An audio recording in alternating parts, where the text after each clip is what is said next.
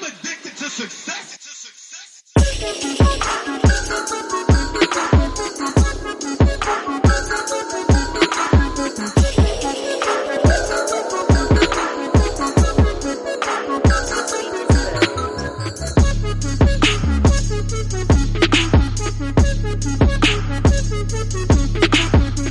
What's up? What's up? What's up? Welcome to your favorite podcast, The Ain't Shit Show, the home of booze, views, and unpopular opinions. I want to thank you for joining us for episode 97. Yeah. 97. My name is Fresh, and I'm one half of the pod guys. And with me, I got the best man in all the podcast land, my right-hand man, Mr. B. Yeah. Fuck is up. Hope y'all niggas is doing all right. I'm on this beautiful, coming to you live on a dreary Saturday for your head tops because of the dedication and the fucking love that we have for this shit. More fire for your head top. Hey, it's you said dreary. It's definitely dreary. Here it's raining. It looks very fall right now. People, we coming to y'all on a Saturday. We're recording early. There is Thanksgiving travel and things like that will go on, but we still giving you an episode. You're welcome. You're welcome. That's a fact, Jack. What you been doing over the past couple of days, though? Shit. I'm working. Regular work week. I ain't do shit. At all. Yeah. I just got stoned on yesterday. Friday, I got off because I'm off all next week. So I got super stoned yesterday and going to watch the fight tonight. I hope it's a good one. And one of my homeboys' birthday was yesterday, so I kicked it with them for a little bit last night, but not too tough because I knew I was gonna go fuck with them today. So just going to smoke some good drugs. And who's fighting tonight? Deontay Wilder. Okay. Heavyweight. Who is he fighting? Victor. I think his last name Ortiz. Victor Ortiz. Yeah, pretty much Victor Ortiz. And it's heavyweight. Yeah, hell yeah. You ain't never seen Deontay Wilder fight? I don't watch boxing like watch that. This fight. This is a good one. I will watch heavyweight. I don't like seeing little niggas fight. Bro, this nigga.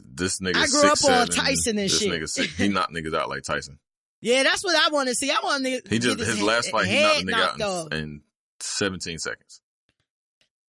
See, that's my shit. I remember back in the day when the fight used to be everybody. Like your mama, grandma, everybody when Tyson used to fight. And I mean, that's how when the old heavyweight folks grew shit up like that, though. You know what I'm saying? Like, that's how I got into boxing. Like, my dad and my granddad, they used to love boxing and shit because, my granddad, like, back in them days, my granddad was born in 1922, so all they had was radios and shit like that. So they would listen to the fights come on. And my dad was a big boxing fan and shit because he used to watch, like, CBS Sports. They used to have fighting, like, during the day, like on Saturdays fights and shit. They would have that shit during the day. And then obviously as it graduated to fucking pay-per-view and shit like that, motherfuckers always, it's a capitalist society, so they're gonna try to figure ways to for sure make more money off of it. But my dad was a huge Tyson fan and shit, and like huge Marvin Hagler fan. But I like little niggas fighting. Like I like niggas that box because I know what that shit is. Boxing is the hardest shit, and some of the hardest between boxing and swimming is the hardest fucking sports in the world to me, in my opinion. They the most energy exerted over the course of time, especially when a nigga hitting you in your face. You got to be a whole live shell nigga to be wanting to like fight just like permanently, like as a profession. You know what I'm saying? Like I ain't scared to scrap, but I don't want to do that shit for a fucking living. You know what I'm saying? Let a nigga hit me in my goddamn face every fucking like for 30 minutes. I mean, it's only 30 minutes, but still though, you know what I'm saying? Like just a lot. Yeah. Shout out to them niggas. You got to be a little nuts. Women too. Yeah. I don't really like seeing women box though, because I don't know, it's weird. Like, not because they can't box, because Layla Ali is weird, but I don't like to see girls fighting and shit. I want them to be pretty and shit. You know what I'm saying? Of course you do. Yeah. I mean, like, I don't, like, you know what I'm saying? Like, y'all all aggressive and shit. But this is one girl, I forgot her name. She is dark skinned. That motherfucker is a monster. She hit like a nigga. I don't know what I like. I would like to see her fight Layla Ali, because Layla used to get busy. I used to watch Layla fights because she was extremely talented and pretty too. But she was super nice. But I forgot the girl name. She like the champion and shit. She a beast though. Dark skinned girl. That motherfucker thumps, boy. You should check her out. I forgot her name. I'll find the name in a second. If they ain't knocking niggas out, I don't want to watch it. You have a respect for the sport. I only like the entertainment of it all. Like, if a nigga ain't getting knocked out or attempted to get knocked out, like, I ain't really Deontay interested. knocks niggas out. Deontay had one That's fight. what I'm saying. Like, it's heavyweight. So I'm like, I might check that. Nah, watch him. Deontay knocked niggas out though. Like he want niggas. You should, if you have some time at any point, just go to YouTube and type in Deontay Wilder knockouts. That nigga knocks niggas clean. Like he's super athletic and shit. Like so he used to play football, so that nigga be doing like mad football moves, like side steps and shit like that, and knocking niggas out. He's special. He fought one white dude named Nick Fury, I think. Not Nick Fury, that's the nigga from Avengers, but Tyson Fury. Tyson Fury, which is a big ass white dude. He remind you that you ever used to play Mike Tyson Punch Out? Yes. Remember, the little nigga? Nah. Oh, okay. Nah. The nigga Glass Joe. I thought you was gonna say he was the little the white nigga dude that Glass Joe. Yeah. This nigga Tyson Fury like 6'8". He white. He was on the Breakfast Club a couple times. Shit, but he fight like that. So like he come out like put him up type shit. Like, put him up. He was beating the shit out of Deontay, but Deontay knocked him down twice. But the nigga got right back up. That shit was a good ass fight. That was a really good fight. You should check that out. But if you got time, well, y'all ain't gonna listen till post fight. But yeah, facts. But yeah, for you should go watch the fight if you ain't got shit to do. It'll be a good fight to watch. Yeah, I got a lot of adulting to do today. I do got some plans later tonight, but I didn't know that it was a heavyweight fight. The girl at the bar last night was telling us they was having a fight there for like $10 and shit like that. Like I should come through or whatever, but I don't know if it's heavyweight. I might check it. I might check it out. That's just my life, bro. You be getting macking and relaxing. You know what I'm saying? So, I might check it, but you know what I'm saying? That's what's up. Like, hopefully, it'll be a good fight. And it's a rematch. Like the first one was a good one. So why isn't he as popular, I guess? I don't know. I mean, boxing ain't like the hugest like draw. It's coming back, but it's not like, I mean, he ain't sell out. Like he does arenas and shit. I don't know. I don't know why. Boxing just ain't a mainstay like it was, like, in the past. Back in the day. Yeah. I mean, and it sucks because back when I used to watch. It's gonna be mad niggas there though. Like it's gonna be the who's who of who's who, because I want to say it's in LA. So it's gonna be, I don't know if it's in LA though. I don't know. I need to find that out. But he always has, like, it's always, a lot of people there. I wonder where they fight. Okay. Last time they ain't sell out, but I mean, it was still the Staples Center. Staples Center can hold like 60,000 people and shit like that. But Floyd fights typically sell out. You know what I'm saying? But he's way more exciting than Floyd. Like way more exciting. Of course, Floyd's not exciting at all to me. Like at all. But again, I said 50 times, I don't really like seeing little niggas fight because they ain't knocking nobody out. That's not true. If y'all just Floyd ain't knocking nobody out. Floyd done knock niggas out. He definitely Floyd ain't knock nobody out. He ain't won no shit about knocking nobody out. Yes, like, he has. You just watching niggas exercise at that point. He beat, what's the name? Who the fuck he beat? Who he knock out? He knocked out. Tell me who he knocked out. He knocked out Oscar De La Hoya. He knocked out that's how he won, like straight up knockout. Yeah. He knocked out damn, what's the white boy that kissed him and shit? What's the damn Mexican nigga that kissed that nigga and then he knocked that nigga out? That shit was fucking crazy. Floyd got some knockouts though. Like, don't sleep on Floyd, my nigga. Floyd in his latter years, he knocked out, man, and he did he knock out? He ain't knock out. I think he knocked out Marquez. I don't know. I haven't seen a lot of Floyd fights. I don't know. But it's a bunch of other little niggas that be knocking niggas out. Like the little nigga that be with Floyd, the nigga, what's that nigga name? His name Tank. He from Baltimore. What's that little nigga name? Light skinned nigga. He be on the Instagram shit with all the little hoes and shit. You know what I'm saying? Damn, what's my nigga name? All right, that's cool. We ain't gotta know. Yeah, we believe you. We ain't gotta, this ain't a sports podcast, but this sure ain't. I was in Vegas. That shit gonna be lit tonight. Fuck. I'd love to go to that motherfucker. No, Vegas always lit when it's a fight, for real. Yeah. You getting ready for Thanksgiving? Like, what's your Thanksgiving looking like? Oh yeah, I'm going to Louisiana. We leaving tomorrow. Going to Louisiana and shit. Kick it with my sister's going to Baton Rouge and shit. So it's gonna be interesting. We're gonna have a whole lot of dope shit, a whole lot of Louisianan food, which is gonna be my first Louisianan. My first Thanksgiving there, so that shit gonna be dope. I'm looking forward to. That's lit. Good this to be your kids' first time. Yeah. Yep. So cool. not first time meeting them, but yeah, first time.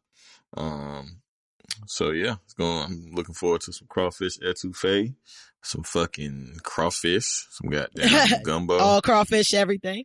Some gumbo, some goddamn boudin. It's got a little shit called boudin. Boudin is like this little rice sausage balls type shit. And like, they come in different varieties, like kind of like a sausage casing. Or then they got like deep fried. Fire. Yeah. Shit be so fucking. They got like certain ones, like Sufu ones and shit like that. Shit dope. So yeah, we're going down there, catching the flight. Shout out to Spirit, because 5 of us. I know. I'm gonna pray. I'm not excited, but I got a whole lot of I people get to it. take. So. Like you said, like hey, it's a direct what flight. I always though. say about Spirit is they just nickel and dime you though. Yeah, so for sure. They nickel and dime. Nickel and like dime. I'm on the plane now. I got to pay for a seat. So what if I want to pay for a seat? That's like, crazy. So I just how did I get the up? ticket? Right. Like the subway type shit. Like you have options and shit. Yeah, like, that shit crazy. That shit crazy. They bust your ass, but I got fucking 5 people to fly out. So yeah. I had to be the most cost effective. I feel you. I could. I feel you. I'm gonna pray for y'all, not as far as y'all safety, but as far as y'all patience and y'all timing, because Spirit will fucking reschedule some shit. Yeah, I've heard that 5 too. minutes before, like. Spirit is by far the worst fucking airline ever. I took it earlier this year, and I will never take that shit again. Really? I've taken that shit a few times. Always getting a fucking crunch or some shit going on. I'm like, I really want to go with some last minute shit, and I always give in and be like, all right, I'm gonna just take the Spirit. But after I went to Miami earlier this year, I was like, nah, I'm never doing it again. I had a credit for fucking Spirit, and I gave that shit away. I'm like, I'm not using that shit. Like, I'm never getting on that shit. Could have gave it to you. Yeah, you could have gave it to me. I so would have used that motherfucker. This is my first time flying, so I'll give you my recap. But it's a direct flight straight to New Orleans and shit, you know. So I'm flying into New Orleans and driving to Baton Rouge. It's like an hour away, so. You pick y'all seats and shit, like y'all y'all all together. My wife did all that shit. I have no idea. I just gave her a credit card. Well, she had the credit card. I didn't give her anything, but yeah, I don't know. I'm just showing up. Are you contributing anything like cooking wise, or I'm a fried turkey. Total guest. Oh, that's what's up. Yeah, I always fry turkey. That's like tradition, and it's funny because so you got the setup there. They fry turkeys. Man, my sister got like fucking 6 acres. They got a big ass. They rich. They fucking like black rich as fuck. Like super fucking rich. Got acres of land and fucking horses and catfish ponds and shit. They got all type of shit. Shout out to my sister. She got a lot of bread. So yes, to answer your question, they got every fucking thing that you ever need just in one fucking area. So I'm gonna try to I bought some turkey barbecue. So I'm gonna try to see if I can take that with me. If not, I might just have to say fucking and leave it here. But yeah. Turkey barbecue. So pulled turkey with barbecue sauce on it? Yeah, like. I don't know. People say barbecue, and I'm learning different places North Carolina mean different things. North Carolina's barbecues, like barbecues, a specific type of food. That's it. So explain to the listeners what you're talking about. Y'all niggas ain't from here. So it's just like pulled smoke. You know what I mean? Like they do it. Originally, the shit started with pig. I don't eat pork though, so like the shit. Like you just cut it up, you know what I'm saying? You smoke it, cut it up, you know what I mean? It's a vinegar-based barbecue sauce, like vinegar, red pepper flakes, and seasoning and shit. And then you just jazz that shit up, a little apple cider vinegar too. But that's just barbecue. That's just what. So my homeboy, shout out to Ken, my nigga Ken. He a listener of the show. He fucking made me some. So I gotta pick that shit up. I was gonna try to take it with me, but I don't know if I'm gonna have time. But you might just have to freeze that. Oh yeah, I'm cool. I'm fine. I really don't want to share it anyway. That shit be so good. Like his family make the best. Like they from Eastern North Carolina. Like Eastern North Carolina does it the best out of India. Like it's 2 different styles actually. So it's Eastern North Carolina and then it's Western North Carolina. And they have like more of a like an actual barbecue sauce type of deal. Like it's a vinegar base, but they include some other shit with it. I think mustard or some shit like that. But it's good, but it's not like Eastern. I grew up, like my family's from East North Carolina, so you know what I'm saying? I grew up with that shit. Like my granddad used to eat barbecue sandwiches damn near every fucking day. I was in a meeting, and conversation started to veer in a lull in the meeting, and I had 2 white people literally get into like a very heated debate about barbecue and the different types of barbecue and all this shit. And I mean, it got like uncomfortable. I'm like, yo, is it that serious, my niggas? Like, and it was a dude talking to a woman and she wasn't backing down. Like, where was she from? And, she was from, Texas. So yeah, they do they're like, when we say barbecue in North Carolina, we mean like a specific thing, like barbecue. Like other people put barbecue sauce and shit on. I remember I went like to Memphis, but they was debating about the term and the fucking sauces, because you know it's like, I mean, as far as my knowledge of barbecue is concerned, like, and my company orders fucking barbecue all the time from this place, and they have they're kind of like claim to fame or whatever. They have all of the like the barbecue. So they had a white barbecue sauce, the North Carolina barbecue sauce, the Memphis barbecue sauce, the like they have like, and so that's why people order from them, because they bring this shit and then they deliver like all of these sauces from these different places. So that's kind of how the conversation kind of like started going left. But me coming from DC and going to North Carolina, when niggas was talking about barbecue, like in DC we talking about barbecue, we talking about shit on the grill. Like that's all we talking about. Like in North Carolina, you know, then get into the like, you know, pulled pork, pulled chicken shit, and then y'all type of barbecue sauce. But like when you go further south, man, it just be crazy what people be mad passionate about, and they is not backing down about that shit. Yeah, niggas, I mean, like I've been all over and had all barbecue from a lot of different places. Like I went to Arkansas, like Little Rock, they were claiming to be the fucking home of barbecue sauce. And there was a bunch of people from North Carolina. I remember, shit was several years ago at this point, but, in Arkansas, like Little Rock, like, they had Bill Clinton's, you know, he from Little Rock, he was like his favorite barbecue spot. So it was like a little fucking hole in the wall type shit. So we go, they raving about it, like, it's so good. I'm like, all right, cool. So it was a bunch of us from North Carolina and shit. We go in that motherfucking, like, they had barbecue sauce, like actual, like, you know, specific barbecue sauce on it. And we was all looking at each other like, this ain't no goddamn barbecue. You know what I'm saying? Like, we was all like, what the fuck? Bread, rice, soggy and shit. This shit was nasty as hell. I was like, man, hell nah. I'm straight. We left. We was like, we ate the sides and dip. You know what I'm saying? And then when another place went to Memphis, like over the weekend, because we stayed for like 2 weeks. So we went to Memphis over the weekend, and their claim is to have, you know, the best barbecue and shit. So we ate the barbecue, went to like BB King's or some shit like that. And that shit had barbecue sauce on it. And they was like, you want it dry or you want it sauced or some shit? We was like, we looking at each other like, I don't know, nigga. We want some barbecue. You know what I'm saying? Because unbeknownst to us, we thought that everybody did barbecue the same way we did. You know what I'm saying? Exactly. Yeah. And so that shit and was it's nasty. Definitely not. It's definitely not. So we left and there. Everybody is different. Nigga, when we came home, when we came home from Arkansas, we all went to barbecue lodge and shit in Raleigh and shit, like, and got a barbecue sandwich just to goddamn know what the shit was. So it's funny what you grow up with, you know what I'm saying? What you accustomed to. Hell yeah. And the shit that you learn by going other places. Yeah. You know what Hell I'm saying? yeah. Like that sure. shit is crazy. Yeah, broaden your horizons. Our family is, so I'll be going home, for Thanksgiving, and our family is doing Thanksgiving, like everybody's coming up, and one of my aunts is hosting Thanksgiving. She was diagnosed with breast cancer, and y'all send prayers up to wish her, you know, speedy recovery and fuck cancer. Yeah. That shit trash. And so everybody coming up, you know, to have Thanksgiving together and stuff like that. And I told my mom, I was like, I'm gonna let you finish, and that's cool and all. However, we need to cook our own too. Like we need to, like, we can have a mini version of it. Mm-hmm. Like it ain't gotta be like everything that we about to have, you know, whatever. I was like, nah, but you know what I'm saying? I need my food. Like, so we're supposed to do like a mini version of Thanksgiving on Sunday. Nice. After Thanksgiving. So I need my shit, man. Like, and everybody only got to bring, like, families and shit only got to bring like one dish. Mm-hmm. You know, it got to feed a rack of fucking people, but for sure, you know, got to bring one dish and shit. So I'm just like, all right, everybody's shit ain't the same. They all my family and shit, but everybody cooking skills ain't up to par. Yeah. I'm still responsible for mac and cheese and turkey. If they gonna cook turkey Sunday, I don't know if they are.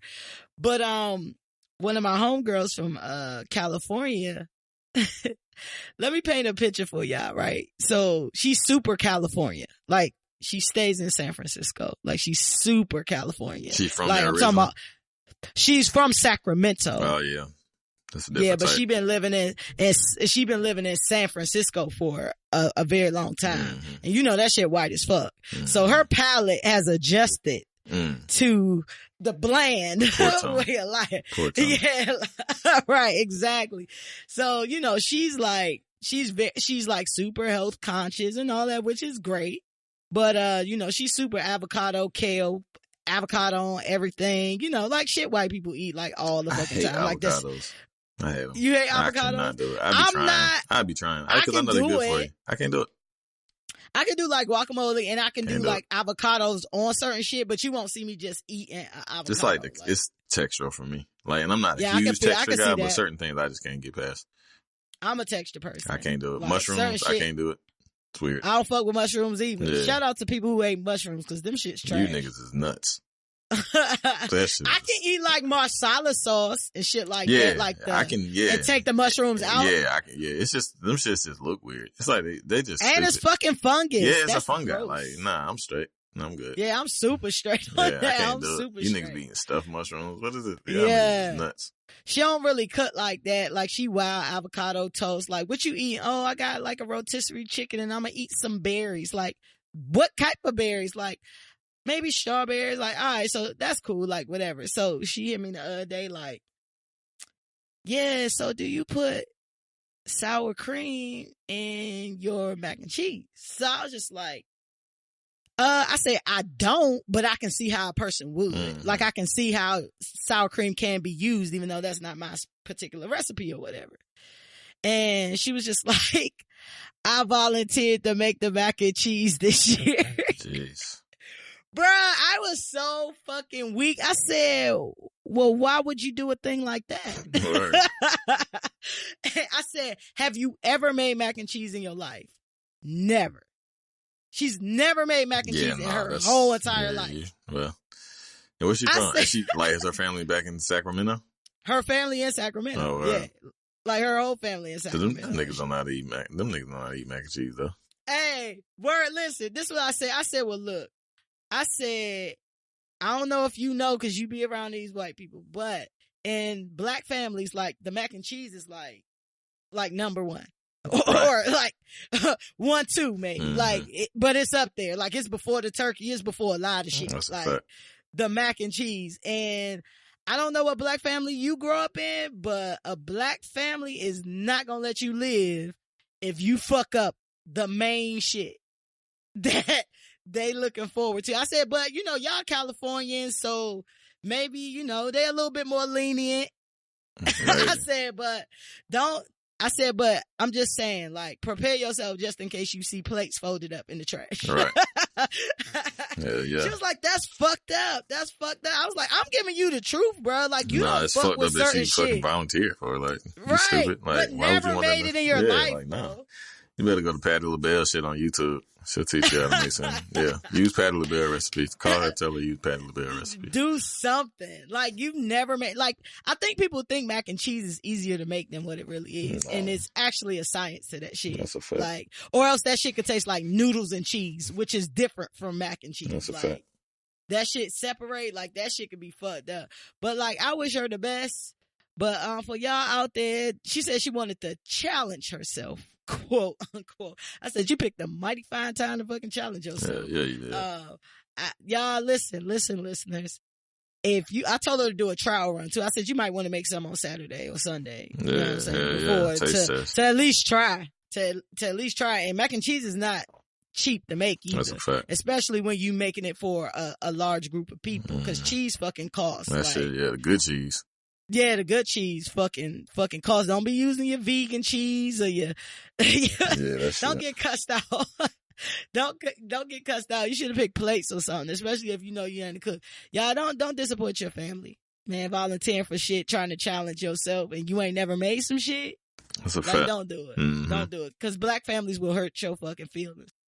You talked about some shit you gonna eat in Louisiana, but like what's normally like your go-to shit like you looking for at Thanksgiving? Like, oh yeah, I think we said this last year, but I'll read just in case y'all niggas is new to the show. We got new people. That's true. It's a whole year. Definitely fried turkey. I mean, I fry turkeys every year. One of my cousins, my cousin I be frying turkeys with, that nigga was sad. Like he was like, damn. He was like, you going out of town? He knew the answer, right? Like, so he knew, like, I had told him like 2 weeks ago, like, damn, boy, we got some shit off Spirit, you know what I'm saying? Going to Louisiana for, Thanksgiving. This was like 2 weeks ago. And he's like, oh, that's what's up, man, And then like a couple days ago, the nigga text me like, damn, y'all going out of town. And I was like, yeah, nigga, I was like, we going to Louisiana. He was like, shit, when y'all leave it? Like, nigga, we leaving no fucking before Thanksgiving, you know what I'm saying? Like, I like, damn, I was like, you gonna have to fry that? He was like, he just left it there. So I knew what he was trying to hint at and shit. You know what I'm saying? And I was like, bro, you gonna have to fry the turkey yourself, man. Don't let the Griswold family, because that's what we call it, the Griswold family turkey and shit. If you've ever seen the Griswold family vacation and shit. So we was like, but it always be right. One time it won't, but so we dubbed it that name ever since then. You know what I'm saying? And he was like, man, I ain't gonna be able to do it without you, man. I'm gonna fuck it up, man. I was like, man, you can do it, bro. I was like, we've been doing that shit for like 7-8 years. Like, you should know. What do you have to know? What do you have to know about frying a turkey or like the science of frying a turkey? I mean, it's really nothing. He just wanted me to stay. Like, he just wanted, you know what I'm saying? Cause to come through and with niggas shit. don't want to accept responsibilities for possibly fucking some shit up. So I would rather go to the pro too. I mean, but we do it together. I'm gonna ask you to do we do the same. We do it. Like, it's not like I do it and he do it. You know what I'm saying? He needs you for emotional support. Like, B. Nigga just wanted me to be the cuz. He wanted to go out, sit outside and smoke and shit. Okay, gotcha. Because it ain't a whole lot on that side. So, you know what I'm saying? Just okay. Shit, so. But yeah, I'm like, nigga, you know how to cut. So the nigga was like, nigga, I was like, what you gonna miss me, man? He was like, fuck you, nigga, I ain't gonna miss shit. And I was like, you gonna miss that turkey, nigga? Fuck you talking about? But yeah, nah. And what you didn't know, he dropped a single tear. Yeah, he dropped a tear like, shit, I'm all right. Hit the emoji back, the emoji tear face with the one solitary tear. Right, exactly. But yeah, nah, fried turkey for sure. Deviled eggs for sure. I just had fried turkey. For the first time? In like recent years, like in the past 3 years maybe. Oh yeah, that shit A1. I've been doing Cause I'm never there, so motherfuckers be like, yeah, I fried the turkey, but you know that shit don't last long. And it ain't the same like days fucking later. They don't fry turkeys. Well, I can't say they don't fry turkeys. Nobody I know like in my family and shit be you should fry frying turkeys or talking about frying turkeys. You should fry one. Should be banging. Yeah, I'm definitely not about to deal with all that grease and burning shit down. They got not an expert fryers. At all. They got electric fryers that you can, you know what I mean, just drop it in the shit and put it in the house. You can fry that bitch in the garage. You use that? My homeboys have, not me personally. It tastes the same? Mm-hmm. Tastes the same. Oh, okay. Yeah, tastes the same. Okay. I just like the frying and dropping in the grease and that shit. Like with the peanut oil. Peanut oil is the secret. Like if you're not allergic to peanuts, that's Chick-fil-A's secret too. Yeah, for sure. Drop that bitch in some peanut oil, okay? And then peanut oil lasts even longer because the burn rate, you know what I mean, versus like vegetable oil. So you can use like peanut oil for like 2 or 3 turkeys, you know what I'm saying? Like, which I've done in the past. Like, so without necessarily having to fill that bitch back up, you know what I'm saying? Cause that shit, like you also drop for those who don't fry turkeys, drop a fucking like a potato, like a half a cut of potato in there. That also helps with, burning the shit as well because like it helps the grease keep, I don't know. It has some property in it that helps the grease continue to burn, not burn as fast, I guess. So yeah, always whenever you're doing like some deep frying, like if you fry a lot of fish or some shit, put a damn potato in that bitch real quick. You know what I'm saying? Okay. Yeah. Okay. All right. Well, I'm definitely looking forward. I look forward to pretty much everything that goes sweet together. Potato casserole. Like it's a whole sweet potato casserole. Facts. That shit is the best shit. Shout out and I need a sweet potato pie. Oh yeah. I need like various versions of sweet potatoes. On Thanksgiving, I need it in a pie. I need it in a fucking casserole. If you just make sweet potatoes, I eat that shit too. Yeah, for sure. Sweet potatoes lit. Yeah, but that casserole with them nuts and shit on them, that shit, boy. Yeah. My best friend Mama made them shit. She used to make me my own thing. I'd be like, yo, you got it. Corn pudding too. Shout out to corn pudding. I don't know if that's some North Carolina shit. I've had corn pudding, but we don't have that Thanksgiving. Corn pudding is that fire. I'm gonna miss not having and rice pudding. Have you had rice pudding before? I never had rice pudding.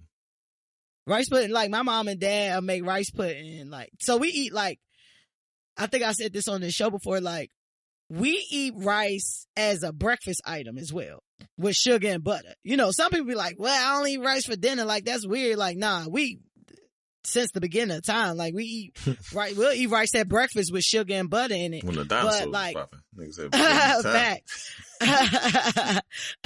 That's what got rid of the dinosaurs: diabetes, sugar and butter. But yeah. So like, you'll have like leftover rice. So instead of grits, y'all have rice. We'll have grits too, but rice is my family. I told you my family originates from Mississippi, so they know about grits too. I know some people be having this grits rice debate like in DC and shit because they people ain't from the South for real, but my people from the South originally. So they'll have like leftover rice and shit because you make a big pot of that shit, and then Especially my pops, he'll take that shit real quick. The leftovers, put that shit in the pot, put some fucking vanilla extract in that bitch and some other little shit. Put that shit in the oven. Come back out, rice pudding. That shit good as fuck too. I ain't had none of that in a long time. I might get my mama to make me some of that. That sound good. But yeah, shit good. Get your puddings together and your casseroles, people. That's a fact. Get that together. Yep. Oh, let's give a shout out real quick and Brown and Proud. Brown and Proud, shout out today is what I just found out about, but obviously, he's been doing this for a very long time. Former Tampa Bay Buccaneers running back, Warwick Dunn. Straight out of Baton Rouge, Louisiana, where I be at. He donated his 173rd new home. Yep. He's been donating homes to single moms. Through his charities for a very long time, and he donated the 173rd home to a single mom and her 18-year-old son. Is fully furnished. For the past 2 years, the single mom and her son been taking turns sleeping in the bed and living in one room. Yeah, bro, been doing that for a long time. His mom was a police officer in Baton Rouge when in his senior year. Right before he made his commitment, because he ended up going to Florida State, and he was a great running back in Florida State and in the NFL. But his mom was killed. She was a police officer, but she was off duty at the time and went to the ATM, and the motherfucker smoked her. You know what I'm saying? And like a day before his announcing that he was going to Florida State, so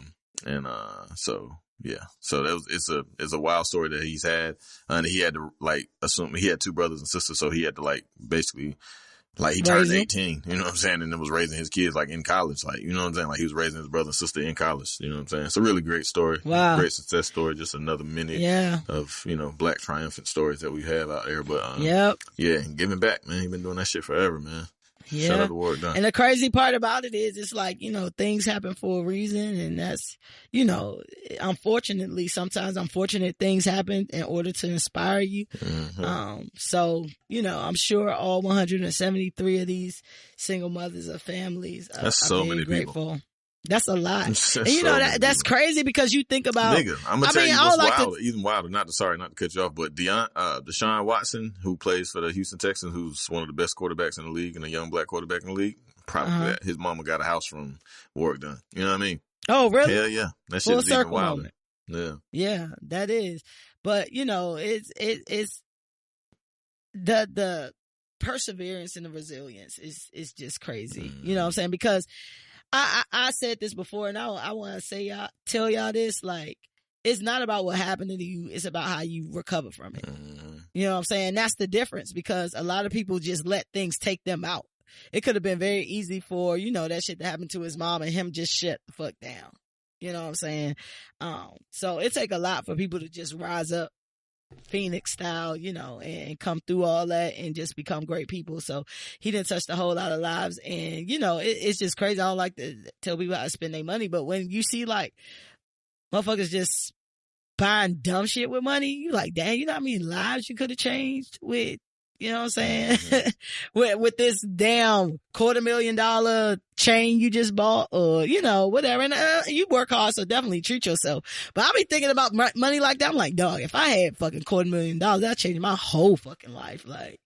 I can get shit popping for real. So, shout out to the people who choose to, do charity and things like that. And send some prayers up for, Fenty model and social media model Slick Woods, 23 years old. She's going through chemo for stage 3 melanoma cancer, which is rare in black people, but happens. That's allegedly what Bob Marley died of. Really? Never knew that.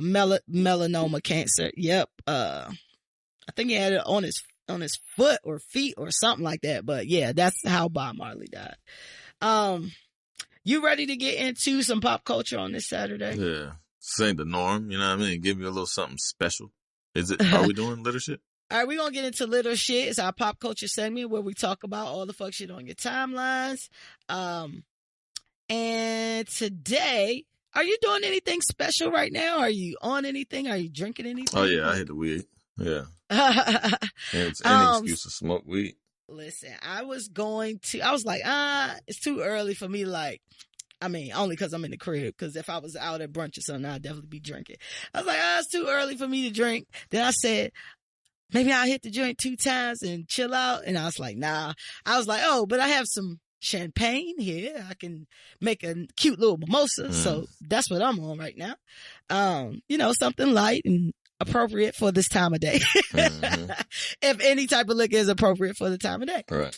So, let's get into it. Let me raise my cup up and you put your blunt up, to getting these white people. Oh, that's what's up. Same. That's what's up. To get these fucking white movie executives the fuck up out of here. So as soon as we finished recording this past week, I look online and I see in a recent interview with Focus Features, Gregory Allen Howard, the screenwriter behind the 2019 Harriet Tubman biopic, dropped the bombshell.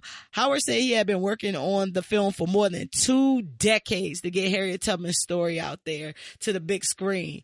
When he first began this was in 1994. That is wild.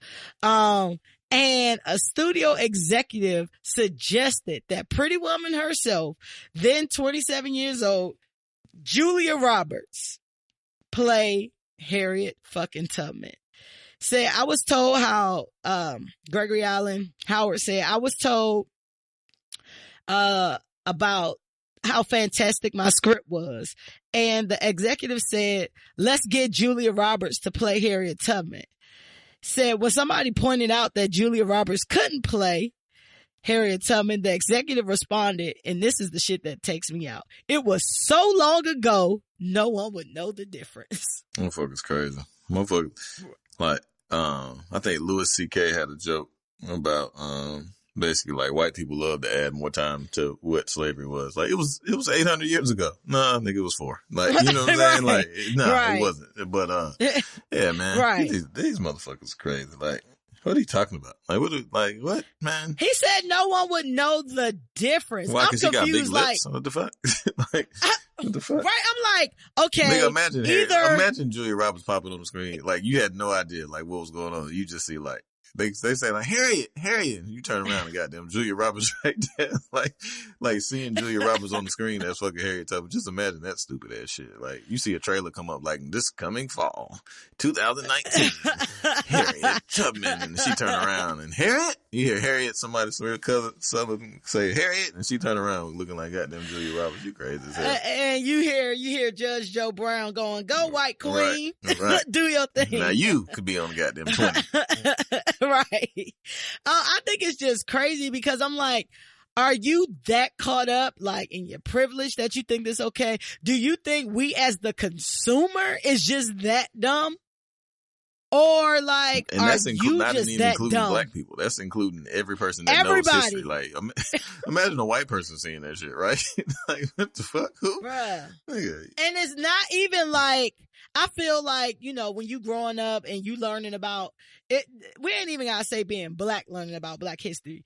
If you're learning about Black history at all, you learn about certain figures. Yeah, you learn about fucking Martin Luther King, you learn about Harriet Tubman. Them your top 2 that you always gonna learn about. I don't give a fuck how white you are, what school you went to, or just growing up. If you don't know shit else about Black history, you probably know those 2 people. That's a fact. You know what I'm saying? So how you feel you could just slide in Julia Roberts and be like, oh, she'll be cool. I wonder would Julia Roberts have even played that role. That's what I'm back then. then. Hell no. Bitch, what the fuck? I don't want no nappy hair. Hey. This bonnet ain't working for see me. That big ass? I don't want that shit. Bruh, it's crazy because do you know how white people would lose their whole mind if it was just The King, the Elvis Presley documentary featuring Chadwick Boseman. A Black movie if we had a Black Jesus, them niggas would lose their mind. You know what I'm saying? The Christ or whatever the hell. Speaking of, Kanye brought out fucking white Jesus. Fuck you, Kanye. Yeah, he a bitch ass nigga. he had a Confederate flag on today. Word. Yeah, I seen that shit on something on Facebook. And nigga had the flight jacket with a Confederate flag on the side. Oh, Oh, he must brought that back out because he got in trouble for that a while back. Yeah, he like, fuck it. He had on that fucking, cause that's my thing. Like, you be knowing what you doing. You trying to make people upset. Nigga he letting the clip ride. He know what the fuck going on. He know, all news is, all news is good news. Tension is never bad. Cause people gonna talk about the shit. You know what I'm saying? And, it's just a history. Not in recent history though. As far as white people playing black people, I remember like the Michael Jackson shit was a big shit because we're talking about the decade too in this podcast. Like, I remember the nigga playing like Michael Jackson and shit. The white nigga playing Michael Jackson. You go back to the old school shit, people always bring up how fucking Elizabeth Taylor played Cleopatra. And for whatever reasons, white people do not want to admit that Egypt is a part of Africa and they're black. I don't know why. Even if it's not like, okay, so it may, even though it already is, but say it's not even like Africa, it's still a part of the Middle East. It's nobody white over there. Like, the fuck y'all talking about? It's brown people. Like, you know what I mean? Who originate from Africa. Period. Like, that's it. But Egypt is Africa. Nigga, them niggas is African. Like, just, that's the base point. Like, that's the actual facts. But in case y'all niggas still trying to like somehow manipulate the minds of the masses, like, okay, it's not in Africa, even though it is. It's still in the Middle East, so, which is still brown people, just like Saudi Arabia and fucking Iran and Iraq. Like, them niggas is brown as fuck. Like, the fuck you talking about? Y'all niggas is crazy.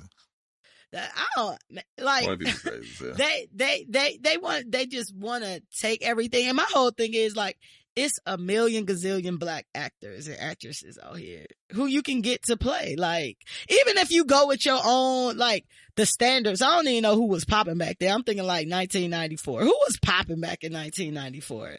Shit, probably her. Julia Roberts. You mean no? Black I'm talking people? about black, like black people. They could have got Cicely Tyson to play. Yeah, Cicely been popping since fucking 1904. The fuck? They could have got fucking Angela Bassett. Yeah. For sure. They could have got, like, it was black. I mean, I feel like. Nigga, they could have got Michael Jackson. To like Harriet Tubman. Yeah, that should have been fire. Nigga. Hey, that would have been wild as that shit. That should have been fire. Hey, come to freedom. Yeah, that should have been cold. Nah, just the little boys. No, we just saving the little boys. I'm taking them back to the ranch. It's not true. Y'all know I definitely don't believe all that shit. It was a good joke opportunity. And y'all know I definitely believe he had some shit with him. He definitely did. Shout out to Mike. He definitely had some shit with him. Don't nobody want to just hang. And then he had a type. But we ain't gonna get on that. We ain't gonna roast Michael Jackson when we tried to roast the people he was trying to be. Fucking white Mike. As fuck. Oh man. Hey, if he was black, he might wouldn't have went through all that shit. But he wanted to be white. We pick our poison and shit. It's been a controversy. I mean, it's always controversy when a slave movie comes out. And people are like, they're tired of slave movies and they're profiting off of black people pain and all that shit. Like, what are your thoughts on that particular piece? Well, this ain't really a slave movie. If you know anything about her, she got her own freedom and she was saving people. So it's not, from what I've been told, it's not the traditional slave movie. It's a revolution. Just like Nat Turner wasn't the traditional slave movie. Like, he was killing the fuck out of niggas, or white people. You know what I'm saying? Like, he was killing the fuck out of them. It's extremely smart. You know what I mean? It was a revolt. So anytime, like, it's still our history, regardless of how you shape it. I mean, it's a lot of different ways that we can be shown, but regardless of the fact, like, it still needs to be in the faces of those. You know what I'm saying? Like, yeah, they might be, they're definitely profiting off slavery, but at the same time, like, it's still our history. Like, you can't cut that mix it or mingle it. Like, it's still our history. So there's never been a Harriet Tubman story told. But I saw an Instagram clip. I haven't seen the movie, but I saw an Instagram clip of a young lady who spoke to the same thing in terms of, I'm tired of slavery movies. And she said, because of the inaccuracies of this movie, because she said there was a bounty hunter. Because I heard a lot about that, about this Harriet Tubman movie, that it was like watered down a lot because it's PG and they want families to go see the shit. Yeah, well, and I also heard it was a black bounty hunter that was after her, which isn't the truth. So they're trying to propagate, black men as, and the black women stereotypes and shit like that, how we all, you know what I mean? Like, so they're indoctrinating that. So I don't know if that's true or not. not. But I haven't seen the movie, but that's what I heard, and I heard it's not actually true. That never really happened in historically from what's been told. But I mean, we really don't know. I'm sure it was some niggas trying to kill her because it's always a nigga down to fuck a nigga up. You know what I mean? Like, hey, and that's true. I mean, at the end of the day, like, how we really got sold into slavery is because it was fucking niggas. Oh, it's always been. Like, come on, this is where they at. Yeah, I mean, niggas always ready to flip for a dollar or whatever was the currency back then that you traded for. You know what I'm saying? So it's always gonna be a snake. And I ain't talking about just in black culture, but I mean, facts are facts. Oh, yeah, like, no doubt. Niggas switch up for real. You know what I'm saying? Django was real. Yeah. Shit, Nat Turner was real. Yeah, Django wasn't, but Nat Turner was actually real, and that shit is like that they taught him how to read. The only thing he could read was the Bible, and then they kept him in bondage, and then made him go to plantation. The plantation, they used him, paid him to speak, basically like to keep y'all enslaved. And he saw the conditions, and he was living good. You know what I mean? So he saw the conditions that other people was, and they praying to this white Jesus. Shit, that should have drive any nigga crazy. Like, you know what I'm saying? Like, you smart enough to be able to interpret that shit. Like, we about to them. And then, that shit crazy. If you haven't seen, what is the name of that shit? Nat Turner was a good movie. Yeah, it was a really good movie. What's the name of that shit? It just got overshadowed by all that controversy that came out at that point in time with homeboy who was in the shit. What's that movie? I feel like, you know, I kind of echo your sentiments in regards. Birth of a Nation. Yeah, Birth of a Nation. Check that out. I echo your sentiments in regards to, like, it's a part of our history. Mm-hmm. You know what I'm saying? So, like, it's a lot of stories that can be told, you know what I'm saying? But I think it's when you have inaccuracies like that people feel away. Mm-hmm. But majority of movies that you see, even if they're based on a true story or somebody telling their story, it's still entertainment elements that's always being added. It's very rare, unless it's like a true documentary. Mm-hmm. It's always things being placed in there that might not be 100% true, or they're making assumptions. Like, they'll put in like a whole character that was never a part of the story at all for villain or entertainment purposes, you know? Which they did in this case. Based off the bounty hunter and shit. Yeah. So I feel like, you know, it's kind of damned if you do, damned if you don't. Yeah. But who in the new decade, so the new decade is coming up, what African American story would you like to be told that hasn't been told yet? I like to hear. I like Sojourner Truth. Like, I remember I did a report on her in like 4th grade, but I do not remember any of the specifics and what she did. I think she used to help. I think she used to help in the Civil War. Like, I think she was a nurse in the Civil War, if I'm not mistaken. I don't know. Yeah, I think that might pretty be right. I don't know. I apologize to my beautiful black I apologize to Sojourner. Like, and I pride myself on a lot of black history. That's a good question though. Marcus Garvey. I'd love to hear Marcus Garvey. Cause he was basically like the founding father of fucking civil rights and like the black, fucking revolution. You know what I mean? Like, he was originally from Jamaica, but he came to Harlem and made people Garveyites and shit like that. Like, you know what I mean? Like, he was about the black revolution and back in black enterprise and everything else. So that would be dope. It's a lot of black stories out there. I'm trying to think. I'm watching fucking Bumpy Johnson right now, which is fucking excellent. The Godfather of Harlem. That shit is a series on Epix. That shit is so fire. And it's really dope because it incorporates Malcolm X and Muhammad Ali and the Nation of Islam. And it shows like a different perspective. And Adam Clayton Powell, who was a significant figure in the civil rights movement. He was joined up with, like, and how he used to like hate on Martin Luther King. This shit is crazy. Like, it's really dope. Like, it's really, really well done. So like, that story, the premise is based on Bumpy Johnson, but like I said, it incorporates Malcolm X. The dude who plays Malcolm X does a really good job. Adam Clayton Powell. Forrest Whitaker is, Bumpy Johnson.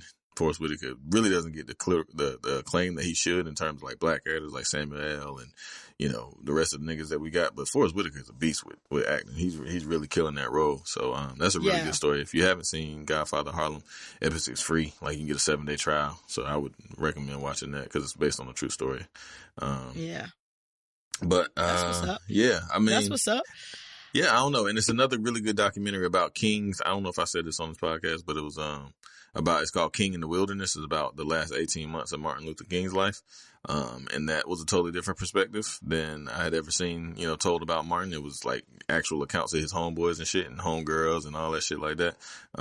Like that were there at the time he got assassinated and that were kind of in the thick of it within that last 18 months. Cause that was the time that Martin changed from being, I have a dream to, all right, fuck that shit. He was leading the Free People's March or the Poor People's March and doing all this stuff. So it was really dope. That was a different spin on the whole Martin Luther King thing because I had never heard any of the details surrounding his death and up until his death and different things that he was doing. So that's really good. It's called King in the Wilderness. It's on HBO. Very, very informational.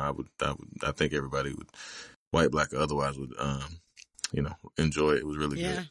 So Medgar Evers, they did a movie about Medgar Evers, though, didn't they? Yeah. I think it's been, was it a movie Burning, right? though? Yeah. Yeah, Mississippi Burning. Yeah. You're totally right about that. I want to see, in 2020 going forward, I want to see the story of Madam C.J. Walker. Yes. Is that the one? That's what I was going to say. She, first black millionaire. Yeah, Bethune-Cookman. First and shit, black right? female. Bethune-Cookman was a No, you thinking about Mary McLeod Bethune, Bethune, civil rights lady. Yeah. Gotcha. I'm talking about Madam C.J. Walker. Right. She was the first female black millionaire. Mm-hmm. She made like her own hair products and shit. And like every time you see a picture of her, like she in this fucking Ford Model T kind of car sitting up there. Hell yeah. I always been fascinated with her only because she was the first black female millionaire. Yeah, Madam C.J. I would also want to see. A movie based on the life of James Baldwin. No doubt. I feel like James Baldwin. He is an ill motherfucker. Was one of those people who, even though, like he was, homosexual and all that shit, like he surpassed like homophobia. Yeah. And like the black community and shit like that. Like that's not shit niggas focus on when you talk about anybody else, like that's one of the first things they always talk about, like that shit matters that much. But he always been interesting to me and like just dope as fuck and the shit he would talk about and like he was real as shit. He knew about the plight. Oh yeah. You know what I'm saying? He was kicking that shit. Nah, he was a brilliant mind. I'd like to see some shit on Sammy Davis because like he went. Oh, that'd be a good one. Yeah, I'd like to see a life story of Sammy Davis. That should have Big Sean play it. Cause that's Sammy Davis. I can see that. That nigga was just like that nigga. And he little Sean. and shit. But Sammy Davis, like he was. Oh, Lil Duval could play him. That's a fact too. He could. Lil Duval got a big ass head, little body could like put Sammy that nigga Davis. like put a little perm and shit on him and shit. But I'd like to see that because he was like the only nigga in like with the Rat Pack. You know what I mean? He was with, and so he was getting it.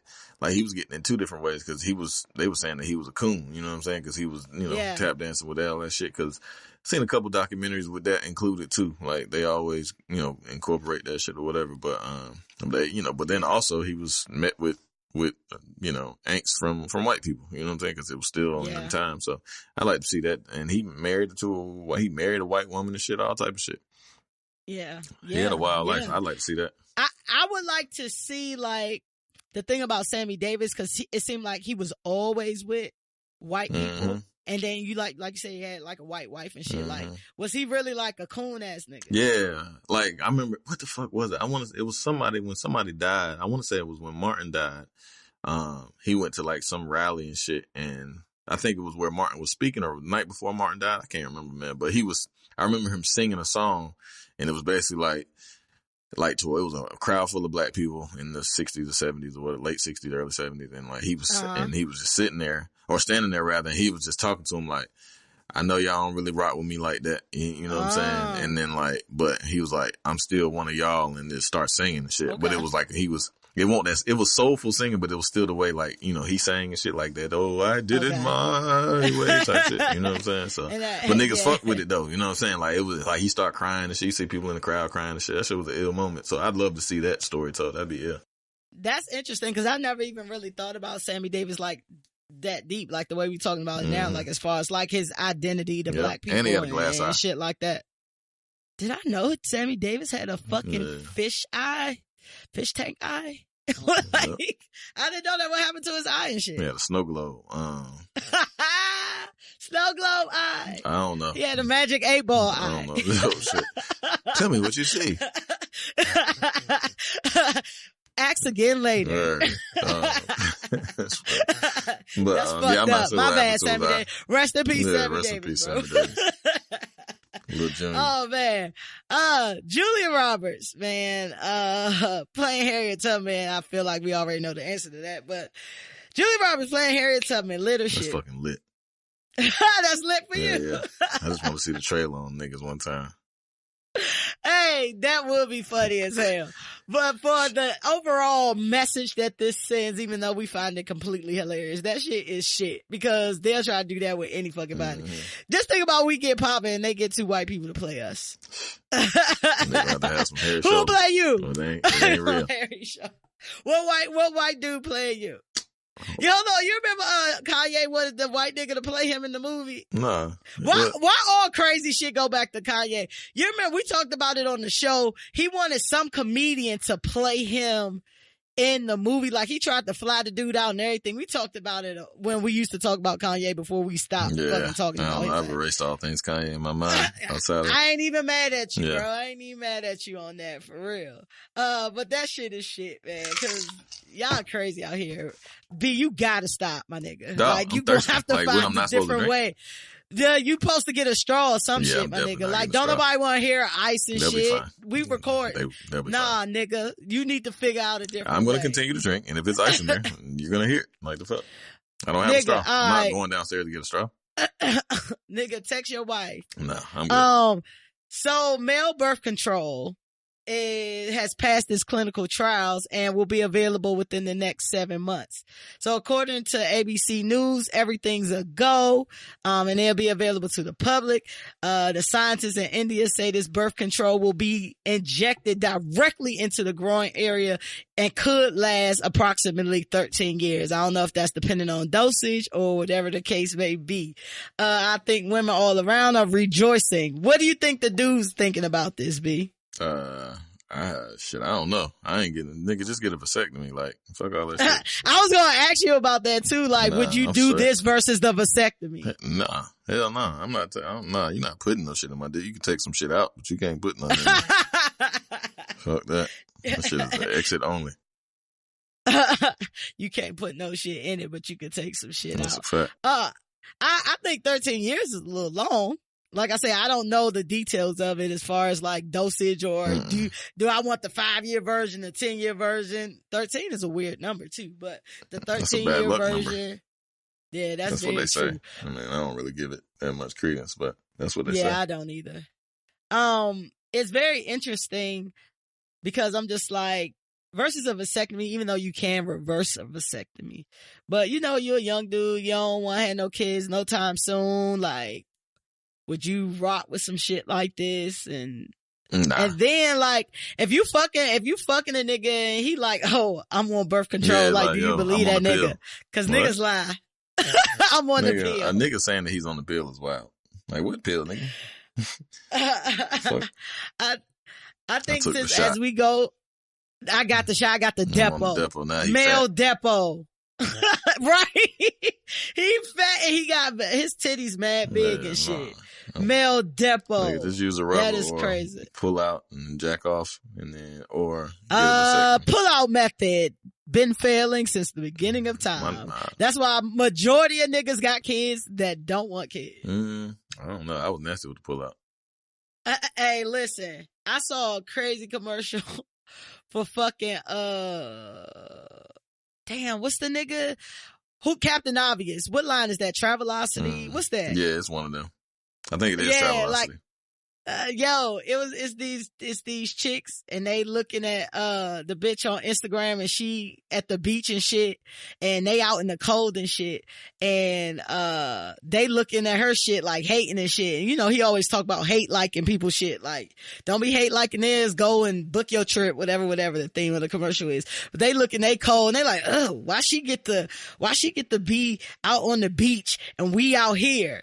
And then the camera pans back and they basically like at a playground and shit, and Captain Obvious says, condoms. Hey, I was like, yo, commercials getting wild as shit. He like, he was like, it ain't her fucking fault. You got all these fucking kids. Like, she get to go on trips because she got money and time. Right. And you don't, ma'am. Hey, that shit was funny. I was like, man, these commercials getting wild as shit. How do you see sex and birth control coming up in the new decade, man? Cause I see it like virtual reality. More technological advances people and shit. That shit, you're gonna be able to do all type of crazy shit. Yeah. I mean, just look 10 years ago, what you can do versus what you can do now. You know what I mean? I think that virtual reality will become a big thing where people ain't even really having sex together no more. Yeah, I think that, facts. I think that, one of the craziest things that happened this decade that just passed was the fucking dolls and shit.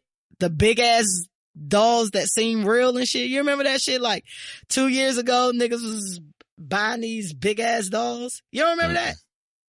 You remember them fucking sex dolls, sex bro. Dolls. We talked about it. Like kid dolls and shit. I was like, no, sex dolls. Yeah. That was like last year, if not the year before last. Mm-hmm. Pussy in a cup shit.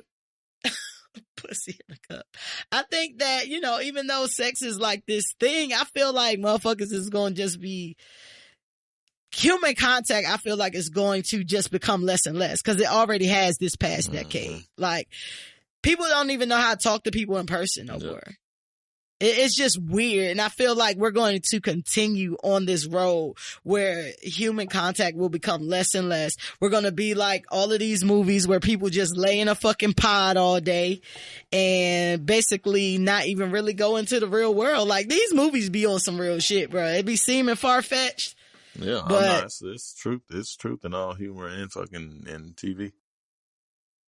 In some capacity, man. Whatever you gotta find, like it's a glimmer of truth in there. It's a fact. Yeah, that shit crazy. But male birth control, do we think that's lit or shit? If y'all niggas want to be stupid enough to do it, it's lit. I'm cool. Let's go get a vasectomy. Depo. Slice that shit is hilarious. Kevin McCall. So we all know about brother Kevin McCall. He's on the sick and shut-in list. He's already exhibited erratic behavior over the past few years. Like, he's been on like this downward spiral since he lost his daughter and broke up with Eva Marcel and all these things. He's just like been a mess. Like, you remember Kevin McCall was at his height when he did like Deuces and shit with Chris Brown. Great song. Yeah, that was a great song. Whole mixtape. He was recently arrested in Atlanta after assaulting a police officer. He got locked up. But as of yesterday, because it's Saturday when we're recording this, Kevin McCall delivered a heartfelt plea to social media, asking people to buy him a fucking plane ticket so he could get back to LA for a funeral. He said, I'm putting my ego to the side right now, humbly, just being a real nigga. I gotta get to LA in the morning. I done spent $40K on my attorney. I ain't broke, for sure. See, that's ego. I need to get home to LA because I'm trying to sing at my homie Josh Ford's funeral. I have to sing I Won't Complain, and I believe that God will make this happen. I know people out there got some deals. If you know somebody that worked for Delta, I'll pay you back on the back end. It's whatever. I just need $200 to get home. Skirt! You not broke, but you need $200 to get home? Right. Like, how do we feel about Kevin McCall? Like, do we have compassion for the nigga? Or we just like, sit the fuck down, nigga? You better go live at the funeral. From your house. Tell That's the nigga to put you on the Bluetooth. Listen, what this says to me is that for you to go on your Instagram and beg people for money, one of two things gotta happen. You just batshit crazy, and or you fucking messed up all the relationships in your life where you can't call somebody to get $200. Right. And that's sad because I'm just like, yo, like, he need help. Mm-hmm. Like he really needs some type of help. And he just out here looking for attention and having breakdowns of like, bruh, not there. Like, the light is off. Nobody's home. Like it's just sad, and just to see all of course, because I follow black people, I don't really follow white news like that. Like just to see like our people like breaking down, like, and then social media providing the platform for us to like literally watch downward spirals. Like the shit is just crazy. Like I feel a certain level of compassion for the nigga because I really do feel like he need help. Right. But on the other side, I'll just be like, yo, bruh, somebody turn your fucking shit off and get yourself together. Nigga crazy. That nigga is crazy. Who had the biggest mental break of the decade?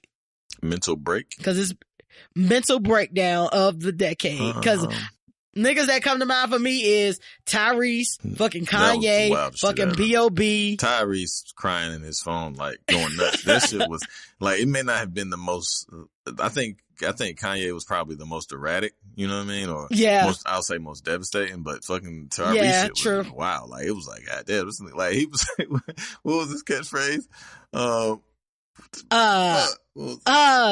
He said, I just want to see my daughter. What was this shit?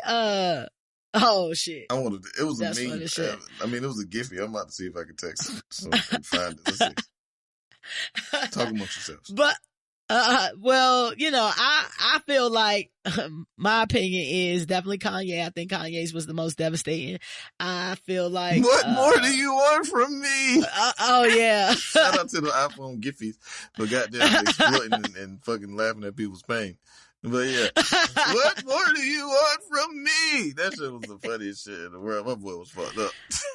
Hey, he was. Nigga said he was borrowing money from. But Tyrese had shit. That nigga's nuts. Hell yeah, like, Tyrese had several breaks. He's had several breaks that had us looking at him crazy. Bruh, that nigga said he was like, yeah, I had to borrow like $3 million from Jada and Will, and they wouldn't. And give they it was to like, me. no, like, you didn't. Nah, nigga, fuck you. You ain't never asked us that. Nigga, fuck you mean. Speaking of Jada, did T.I. ever do that Red Table Talk? I ain't seen nothing about that. I thought that was supposed to be coming up. Yeah, I don't know. I ain't seen it. He was supposed to do that Red Table Talk. I was waiting to see what he was going to say, how he was going to fake use these big words to make shit be okay.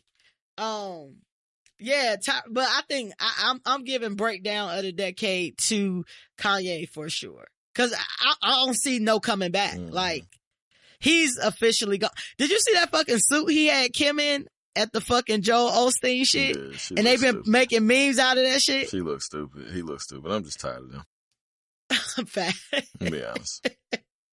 Hey, y'all can't see, but this nigga rubbing his head and shit like he really is over it. Like, I'm just tired of these niggas. I'm tired of niggas, bro. They get on my sick of these niggas. Sick of these niggas. Like, he's always, and he's everywhere all the fucking time. Like, goddamn, bro. Like, all the time. Like, and Kim trying to oblige and cover she up. Looking like goddamn, 19 kids and counting and shit in the background. Max, with this, the best meme was when they put her with the fucking Kings of Comedy, and that shit was hilarious. Then they put her with like, the fucking NBA draft when fucking LeBron, when all of them had on big fucking suits and shit. Hey, that shit was crazy. I feel sorry for them, man. I feel sorry for them. Oh, Kevin McCall's breakdown is little shit. Shit. Oh man, that shit. Cause I just feel like he needs some help. Like he really do need some help. What more do you want from me? Last but not least, that shit was funny. Last but not least, earlier this week, it was rumors about Meg, your favorite person, Meg the Stallion and Tristan Thompson being together. But Meg quickly shut down those rumors saying she doesn't even know that nigga. Yeah. She fucking, we is not about to do this. You're not about to ad-lib my shit cause you throw me off when you do that shit. Come on. Yeah. I'll get it out your system so I can finish. You know she giving this money to Megan. You know it's very expensive to date me. Be the Stallion. It's so trash. You done? Go ahead.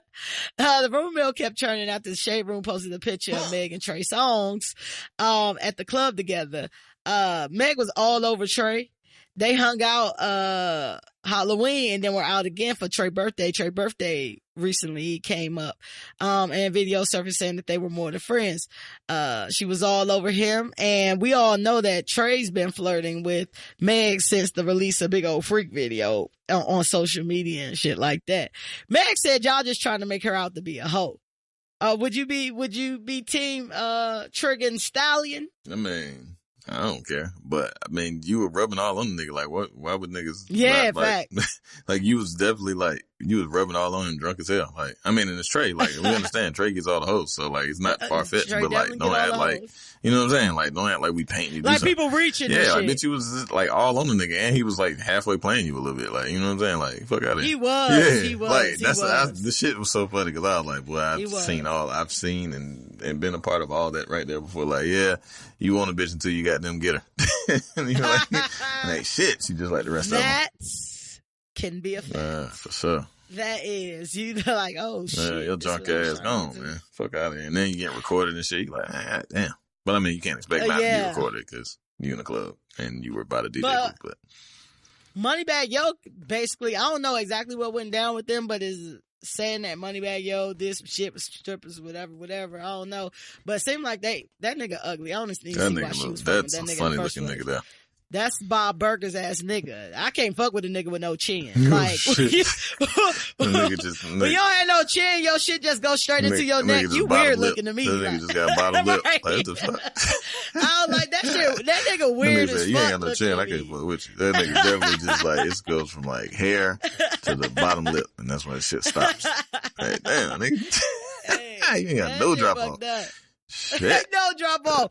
We need some type of point that connects. You got no median like, in you that. need a chin, money. You just a curve. Get a fucking chin implant. You curve and street.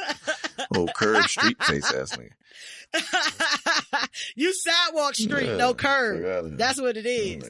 Like, it's just flat. Both of them the same level. The sidewalk and the street the same level. He like one of them calf muscles that ain't got no, you know, like the little curve and shit. Just no definition. Yeah, cankle. He got like a cankle. That nigga got a fucking chinkle. Moneybagg Yo look like a cankle. He got a chinkle. That's great. That's really funny. Moneybagg Yo has a chinkle. You got a chinkle? No, that's don't y'all steal my shit. If I hear chinkle, I'm gonna fuck y'all up. That's good. Hey yo, that's funny as shit. I feel like, you know, as far as Meg, and he got them chinky eyes. We like, call him nigga like chink. Should chill. Chinkle, oh, yo. Chinky chinkle, yo. Oh, funny looking. That nigga funny. My homegirl Carmen loved that nigga. I'm like, that nigga looks funny as fuck. Like, what are you talking about? Why? Like, she love his music or she love him physically? I hope she love his music. Cause Carmen, I need you to do better. That nigga. Like, I know your eyes see what we see. Yeah. A chinky chinkle nigga. Chinkle is a funny fucking word, man. Meg, I think Meg need to just focus on her career, like, and even if you are doing some shit, like, keep that shit low. Cause motherfuckers using you just like you using them. If they're in a position, you definitely don't want a nigga like Trey. Right. Cause we already know what Trey about. Yeah. Trey about these hoes. And then, you know, Lori Harvey allegedly broke his heart a little bit. Like, out of anybody we heard in years, like, may have broke his heart a little bit. That, she been seen with Future. She just keep making bad decisions. Mm-hmm. She done went from Trey to Diddy to Future. Like, I don't understand why any woman in 2019 fucking with Future. Unless you are trying to get a check. You trying to get a baby and get a check. Mm-hmm. Hey, that shit funny shit. Team Trigger Stallion. Is that little shit? Go for it. I fuck with it. I say go for it only because that shit was funny because he did try to play you, Meg. Like, yeah, he was worse than his hell. Like, chill out, man. Oh, man. You ready to give out some advice? Yeah. Grandmaster B? Huh. Yeah. We're going to get into Ain't Shit in 2 Cents. Ain't Shit in 2 Cents is our listener letter segment where we give out advice from people who don't care about getting advice from a professional ad-libber like your man. I'm ready to give some advice to you niggas. The fuck? I'm ready to give some advice to you niggas. If it's about money, you get in these figures. There we go. If it's about money, you get in these figures. Be chill. We trying to get through a I show. know, I gotta go. I got shit to do. Let's hurry this up. Let's get out of here. Come on. So we have a letter today from a guy named Dayrell. Who? And it's Dayrell. So I'm pronouncing it Dayrell. That's a nigga name there. Yeah, I don't think it's Dayrell because of that Y. Nigga Dayrell. So Dayrell. Okay. So Dayrell said, let me know y'all thoughts because I don't know. I have a 6-year-old son with a woman I was in a relationship with for 8 years. We broke up a year ago and things were going as good as to be expected for a breakup / co-parenting situation. We are not on the best of terms, but she has never kept me from seeing my son. 3 months ago, she found out I was in a new situation and her attitude changed towards me and she became very distant and hostile. Thanksgiving is approaching in a few weeks. Got this letter a few weeks ago. So Thanksgiving is coming up. So hopefully this advice helps. Yeah. It's not too late. Thanksgiving is approaching in a few weeks and I told her I would like to have my son for Thanksgiving because my family is renting a cabin and taking pictures. I do not want my son missing from the experience or the family pictures. She says that for 6 years, we both have always spent the holidays together with our son and she is not willing to spend this holiday without him. I would invite her to the cabin just to keep the tradition alive and to keep the peace, but I don't want to mess up my current situation. Although I don't feel my new girl is at the spending holidays with family stage yet, I'm pretty sure she wouldn't appreciate me spending it with my ex. I feel like I'm stuck between a rock and a hard place. I just want to spend time with my son. What do y'all think I should do? And that's from Dayrell. Well written letter. You do a good job, Dayrell.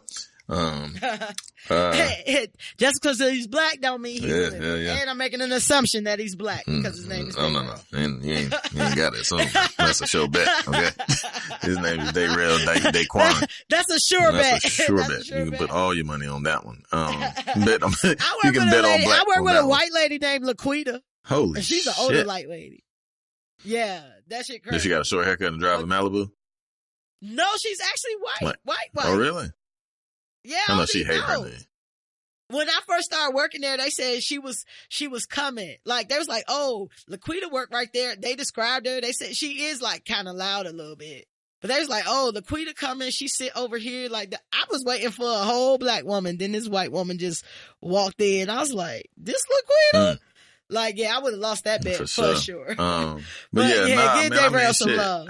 I would still invite her, you know what I'm saying? Like, just tell your old lady, like, yo, I'm inviting my fucking baby mom, you know what I'm saying? I got X, Y, and Z going on, you know what I'm saying? Like, if she ain't coming, like, you know, I mean, if she want, and you can tell that she want to spend family time, like, y'all ain't got to kick it, you know what I'm saying? Just, I mean, she's a part of your family. That's the thing about it. Like, regardless of the fact, like, she's still your family if you're not together or whatever. So, I mean, you can invite her and just keep it real cordial, you know what I'm saying? Like, I mean, I'm sure, unless, like, y'all on bad terms, but I mean, shit, invite the old lady too, you know what I'm saying? Like, fuck it, you can come to the crib, you know what I'm saying? It's gonna be family and shit, we're just gonna be kicking it, you know what I'm saying? Or not, but I don't know, man. You would invite the new chick? Yeah, I mean, if it's my girl, I've been rocking with her for 3 months or something, I wouldn't be opposed to it, you know what I'm saying? Like, he called it a situation. He didn't say it was his girl. It's just a situation, like, I tell the girl, like, yo, I'm bringing my baby mom, you know what I'm saying? We taking family pictures and shit. You know what I'm saying? We ain't on that level, but, you know, it is what it is. Like, that's a part of my family. We doing family pictures and shit. And, you know, she ain't want to spend the time away from her son. You know what I'm saying? And I don't want to spend the time away from my son either. So, you know, we gonna do it together. Yeah. So it's just co-parenting. That's what co-parenting is. You know what I'm saying? You got to be adults about shit. You ain't necessarily got to be sleeping with each other. Like, y'all can drive separate cars or some shit, or, you know what I'm saying? Whatever. But, like, it is what it is. Like, I don't think it's a family gathering, obviously, but I wouldn't, if it's just a situation, it ain't my old lady and shit, nah, she can come, fuck it.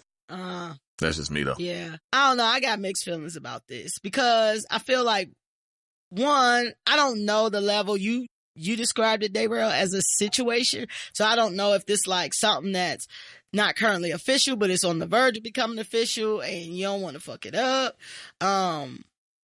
Or, you know, if this is like your girlfriend. If y'all not, I can't say that, because I've been in relationships and we go our separate ways for the holidays because our families just have different traditions that we wasn't trying to give up. But, I don't know, because I feel like this on one end, I feel like y'all ain't together, y'all co-parenting. I feel like the goal is to make sure the kid is good. Mm-hmm. So I feel like eventually your baby mama gonna have to get used to the fact that y'all not together no more. And there may be times one of y'all might have a kid and one of y'all may not. Split up holidays, Christmas and Thanksgiving and shit. Right. And I know that is new and it from what it reads here, this is the first year that y'all are doing this. So it's going to take a little bit of, I feel like things are uncomfortable, but you got to push people towards that. Mm-hmm. You know what I'm saying? Like, it's going to change eventually. So do we start that process now, or do we wait 2-3 years from now when now she in a relationship, you in a whole relationship, everybody don't want to get together because everybody ain't fucking Jada and Will. Mm-hmm.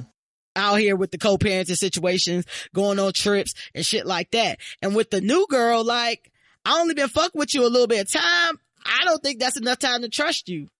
And so I might not feel comfortable with you being around your baby mama or taking your baby mama on trips. Mm-hmm. So it kind of, it just really depends on like what you are willing to sacrifice, Darrell. Like, if you want to bring your baby, and we don't even know if she want to go. She might just like, I don't want to be around that. Because one of the things that happen that I see so often, and especially more so women than men, like in families and shit, like once you've had a baby with somebody or you was in a long relationship with somebody, black people take you in as family. Now you're officially family. Right. Mm-hmm. And so that can fuck up shit with your new situations. I've seen it firsthand, like all the time. But what you have to understand is relationships fucking end, and y'all old reality ain't y'all new reality. You know what I'm saying? And if I say I'm going on this trip and I'm gonna have my new girl with me, I get it. Y'all like, Tina, whatever this my baby mama name is. However, I'm making new shit over here, and that just ain't gonna work. Mm-hmm. I feel like it's about the kid. It ain't necessarily about the people that you've made babies with. Listen, I know people and I in my family where if I never saw their baby father or baby mama ever again in my life, I wouldn't give a whole shit about it. I do care about the kid, and I want to see the kid. But some people can't take people moving on easy. And it might not even be that she wants you, but a lot of times with women, they see who you are with the next person, and that makes them feel away. Mm-hmm. You know what I'm saying? That can happen with men too. That can happen with anybody. Like, jealousy can arise with anybody. As far as like giving you some advice, like for real, I just feel like you got to think of what you're willing to sacrifice. So if your son is the main thing here, and the only way you're going to get him is by working with your baby mama this time, because Thanksgiving is coming, then you might just have to do that. But y'all got to sit down and have real adult conversations and think about the future and how this time with y'all's son is going to be broken up. Because it's only going to get more complicated from here. And it takes a lot to be good co-parents. I know a few very good co-parents. Quite a few very good co-parents. But everybody can't co-parent. So y'all just got to talk that out, man. So in the sake of time, I say bring her and kind of do like what B said. Talk to your situation or your new girl or whatever and say this is what it is. If she don't trust you, then you just kind of got to deal with that too. Is she the person for you if she don't trust you? Or have you exhibited behaviors where you feel like up until this point she should give you the benefit of the doubt? Like I said, things just get a little bit more complicated. So let me know how that go. Be any other additional, especially from a male perspective and a father's perspective, like any additional advice for Darrell? Nah, man, you got it. Just, invite her, man. Keep it player. You can't worry about the other girl right now if she ain't even, that significant to you. So. Yeah, that's very true. All right. Well, Darrell, let us know, how it goes. And if y'all want any advice from us, write into theancientshow@gmail.com, and your letter may get read on the show. Y'all know that's an X with an I would be. Now we're going to get into free smoke. You ready to get into that? Yeah, let's do it. All right. Free smoke is where we talk about any hot button personal topics. It could be anything from politics to petty. And today we want to discuss the 2010s. It sounds weird new saying decade, that. Nigga. In a couple weeks, a whole new decade will be upon us. That means 10 years for the ones in the back. For the slow people in the back, a whole new decade of 10 years. So 10 years has passed, and wanted to just kind of discuss the decade in review and talk about some things. Before we get into like the pop culture of it all, can you kind of talk about who you are, who you've become, and the things that have happened since from 2010 to 2019? Well, give us a little journey of B Hill of things that have happened in your life. Shit, a lot, man. Cause what am I, 36 now? So I was 26 then. I done bought houses. I done had kids. Yeah, man. What take us from the beginning. Like, who were you and what were you doing in 2010? That's a good question. I don't know, man. I was not married. I didn't get married. Yeah, I was not married. I was I think me and Tip were living together. I think we had just got back together, I believe. So we were going through that transition of, me being, a whore and then making my way back to the pastures of fucking monogamy. Fidelity, yeah. Okay. So that, and then, just trying to see if this is really the path that I wanted to take, you know what I'm saying? If I was kind of like trying to build my life with this person. So, and obviously, we established that. So, yeah, it's funny because I'm going to Louisiana and that's kind of where we got engaged and almost 10 years ago. Yeah, no, I just thought about that. But yeah, so I was preparing that, you know what I'm saying? Like I was still, I was going through the maturation process. I want to say I had just bought my house. Like I bought my house in 2009, I think. So okay. Was it 2000? I know it was in December. So I don't know if it was 2009 I think it was 2009. So I was a relatively new homeowner at that point.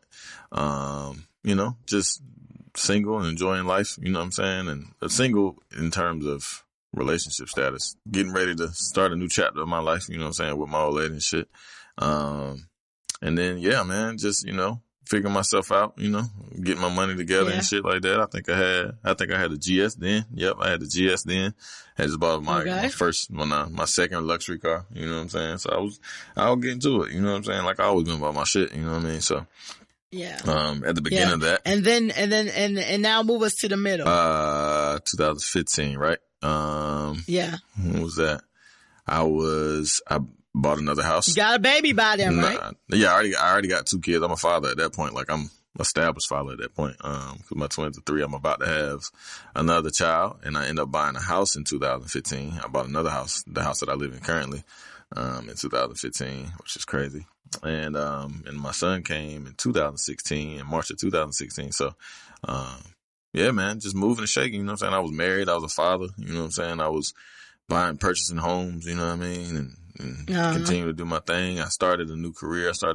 When I started working at Nationwide, when I left Blue Cross and shit. So I started to make like adult money and shit now, you know what I'm saying? So, yeah, man. I think I got a promotion in. So that's when I started making the most money that I ever made, like legally and shit, you know what I mean? On papers. Right. So, yeah, that was it. And then, up until this point, you know what I mean? Like now I'm, then bought a couple more houses and shit and kids are growing in school and life's great, you know what I'm saying? And, it could be worse, you know what I mean? So I'm just fortunate and happy to see what the next 10 years, looks like. How about you? 10 years just seem like it's so long, but it was short at the same time. Like the days are long. The days are long and the years are short. That's a fact. Facts. Like it's just so crazy. But I just remember I being in North Carolina. I think that's when I was starting to get into like my antsy phase where I was just kind of ready to do some new shit. My career was elevating, but I didn't feel like my money was elevating like that. And that's also because, I was working at the same company. And when they know how much you make, they know how much they can give you. So I'm moving up further and further in my career, but my bank account ain't really like reflecting the shit. And I remember like still just, I always had a good time, but my thing comes in when I feel like I'm seeing the same faces, I'm doing the same things. It kind of gets predictable. I don't really like predictability and mundaneness like that. And, I remember I was in a relationship at the time. That was good for the duration of that until that was over. And then, I remember making a final decision that I was moving. And so I started to work on that. And it actually took me about 3 or 4 years to actually move, to be completely honest. Cause, you know, I had friends and stuff that moved to Atlanta. I actually came up with the idea first. Mad people got there before me, that we was having a conversation. They got there before me, which was fine because it gave me places to visit and places to stay and shit like that. And that was cool. And then I just remember, you know, where I was just like, nah, it's time. Like, I gotta put a lot of like effort into this. Like, you know, looking for a job is as much time as having a job. Like, you really gotta look, and and I think a pivotal moment in like my career, my transition was when I changed my LinkedIn and shit to say that I lived in the Atlanta area. And that's when motherfuckers started hitting me and shit. But, you know, and then it was kind of broken up into half and half for me because I did move to Atlanta in 2015. Actually, at the halfway point in 2015, my grandma passed away. So that was a big thing. So I was dealing with a brand new city and the death of my grandma at the same time. So I remember like that middle portion, like that 2015, 2016, just being like a roller coaster. Like it was like all new shit. And, you know, I was getting money. I was starting to get the money that I feel like I deserved. And, you know, just making this life. And I was further away from my family. So it wasn't just a quick drive no more. So it was just all of that, and understanding that, moving is more a mental thing than a physical thing, which I didn't really understand that when I was preparing to leave. I thought it was going to be more so a logistical thing. Right. And it's not, it's a mental thing, and you realize like certain support systems that you had in certain places that you may not have access to, and then trusting your new support systems and just dealing with all of that. And my relationship dissolved around that time during the separation. And then, you know, it was just kind of like out here living. And I went through a layoff. Like, it's been 10 years. Like, it's been 10 years. Like, and I'm just talking about it. Mad shit has happened. Like, you know what I'm saying? Like, I've had mad shit. As I'm thinking as you talking, I'm listening to you, but I'm also thinking of things that, you know, that I didn't mention necessarily that, you know, have just come up in my mind. Like, damn, that's crazy. You know what I mean? So, niggas came home from prison. And the recap is crazy. Crazy.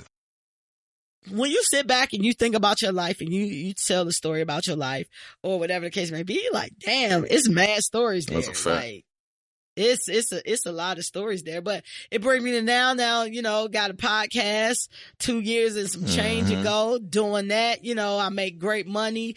I'm living a good life. Fuck bad you know bitches. I have a good life. Yeah. I have a good life, and not that I had a bad life before. It was just different, but I do feel like there's been an elevation, and I feel like your life should constantly evolve and elevate and be better. And not saying that the times before were bad. I just feel like the times ahead should be even better. May, you know, what's the phrase? May, today be the worst day. Some shit like that, but basically, like, hopefully. I have no idea what you're talking about. And there's this phrase where it says, like, basically, whatever is going on today, you could be on a yacht or whatever. Let that be like the worst day. Like, every day should always get better, pretty much. Like, it don't matter what's going on. Every day should get better. So, like, that's kind of how I feel like, and it's just amazing to me that we going into like a whole fucking new decade. I don't know why that's like mind blowing to me. Like, people is having like 2000s parties and shit like that, where they were dressed and shit. Like, bro, like, we that far back? I remember like Drake had a 2000s party, all the millennial tours and all that shit celebrating the 2000s. But now we about to do the same shit for like the 2010s and shit. Like, do you ever like hear shit? All right, like, you mentioned like your grandfather or something like that, and you was like, he was born in 1922. Like, think how far 1922 is. Nigga, I know. That's what I'm saying. 2022 is right here. That's crazy. That shit was damn near 100 years ago, my nigga. Like, that shit is nuts. You know how much shit done happened in 100 years? You know how much shit happens in a year? Multiply that shit by Fucking, add 99 to that motherfucking mad shit. Shit yeah, crazy. no, that's true, man. That's true. We want to just talk about some certain topics and shit like that. You know, this pop culture pod and all that. Like, just things that stood out, like in regards to the decade. Like, I started off first, and mine is going by this complex list that was put together, kind of make it a little bit easier to have your thoughts. And it's the best rappers of the 2010s. Is it a better way to say the 2010s than the 2010s? That's pretty much it, unfortunately. That shit is trash. The 10s. I mean, you can say the 10s. You know what I'm saying? Like, the 10s. Cause niggas ain't thinking 19. Trash, yeah. You know what I'm saying? True. Anyway. Cause when you're like 80s, 90s, 2000s, and then it's the 2000s, and then shit get weird. The 10s. The 2010s. The 10s. Just say the 10s. That shit lame too, cause then you get in 15. Like, I don't know. That shit is, there's no way you can slice it. Fuck it. The 10s. That shit is trash. Yeah, that shit's super trash. So they made a list, and they said top rappers of the decade. And I'm gonna give like the whole list B. You tell me who should definitely be taken out of this list, who should be reshifted, and like who would you add to the list. So their list is at number 10, Pusha T. Number 9, Tyler, the Creator. Number 8, Nicki Minaj. Number 7, Jay-Z. Number 6, Travis Scott. Number 5, J. Cole. Number 4, Future. Number 3, Kanye West. Number 2, Kendrick Lamar. And number 1, Drake. What is your thoughts on this Drake list? definitely number 1. I would put, for me, Cole would be 2. And then I put Kendrick at 3, and I'm not like the hugest fan, but just on the strength of Good Kid, Mad City, I'm putting him there. Cause that came out within that decade, one of the greatest albums of all time. Said Future. Yeah, he got a bump down, but he had a crazy run. He had a hell of a run though. He did have a crazy run, and I have to look at Future like objectively. Yeah, he had a crazy, like from a musical standpoint, and but he's really not a rapper though. I would put him at 10. Like, I mean, he's a rapper. I would put him at 10. Yeah, I put him at 10. Yeah, he's not over yet. Oh no, but Future go before. Okay, is Tyler, the Creator, on the list or off the list? For me, he ain't on the list for me. He's off my list. However, I can certainly agree with him being, because Tyler, Creator has a movement like no other. Like, it's a bunch of weird niggas that enjoy him. He's actually a very good rapper. He's just, his music isn't for me necessarily. People love his most recent album. I didn't enjoy it. Yeah. But yeah, I'd give it to him. I understand why he wouldn't be on my ride. I would probably go with Ross, if anybody. You feel like of the decade though. I think that's the thing. Cause we talking about 10 years. Like, we talking about like Drake, Cole, all them niggas. Yeah. I put Ross on there. Tyler got the decade? Yeah, he got a crazy movement, my nigga. Like, he's got a crazy move. Like, that whole. But I feel like that's been with like the last 4 or 5 years. Hell nah. That shit was like 10 years ago. He's got more mainstream. I remember living in my other house. I've been in this house 4 years, and I remember like early on in my other house, like at the beginning of the century type shit. That's when I started getting like hip to that nigga. That nigga been popping for a minute. Tyler, the Creator, been like that whole Odd Future and all them niggas, and Frank Ocean and all the other spinoffs that them niggas had. Them niggas got a crazy following, like on that West Coast, like shit all over the world, for real. Okay. You know what I'm saying? So I wouldn't put him on my list, but I understand why. I always think like he has a strong following, but I feel like it's like a smaller cult following. Nah, that shit and big. And then his antics kind of push it to the front. That nigga shit big, super pause, cause he's wild. Yeah, super pause. Cause he be saying mad wild shit, and I don't want that shit to keep bleeding. You might be a brother. You know what I mean? Nah, my brother. You got to get your own. No, my brother. You got to get your own. You got to get your own. Hey, okay. Then I can see that. Who should go totally off this list, you feel like? Future, Ye. Who you say? Drake? I feel like Travis Scott is not a rapper. I mean, like, I feel like he's more known for like his producing. Nah. I mean, he's a rapper. His songs are what makes him, you know what I'm saying? Like, his production is a part of it, but he's still a rapper though, you know what I'm saying? Like, he's not. You think he go on this list? Yeah. Hell yeah. He got a crazy fire. He got a crazy run. I don't never hear niggas like Travis Scott, he produces well. He has a distinct sound, and he has a lot of features a lot of times, like on his albums. But I don't never hear niggas like, oh, when they talking about rappers, Travis Scott name come up. But he a rapper though. A lot of niggas is rappers that rap too. He's an exception. Like, you know what I'm saying? But That's he's like at the top of the echelon. That's like saying Young Berg is one of the top rappers because he also raps, but he's known for producing. No. They're totally different. Okay. They're totally different. That's what I'm saying. Nah, but he's a rapper though. Like, he's he's a rap artist. You know what I'm saying? Like, he's a rapper. Just because he don't like. Give me one Travis Scott bar that just comes to I'm your the head, highest in the room. Hey. That's a hood. Hey, it's a bar, nigga. I'm the highest in the room. Like I said, I think he's a good producer. He wouldn't be on this list. I mean, I can dig it, but he had one of the crazy, like, nigga, that nigga be selling his fucking tours and shit. That nigga had a whole goddamn amusement park. You know? If we said pop culture icons of the past 10 years, yep, he will be on my list. If we said producers of the past 10 years, he will be on my list. This list specifically say rappers. That's why I can't put him on my list. He's a rapper though. Like, I'm not saying he don't have a wave. He don't have a movement. He just wouldn't be on my list. Do you feel like I was surprised they put Pusha on this list? Yeah, I mean, me too.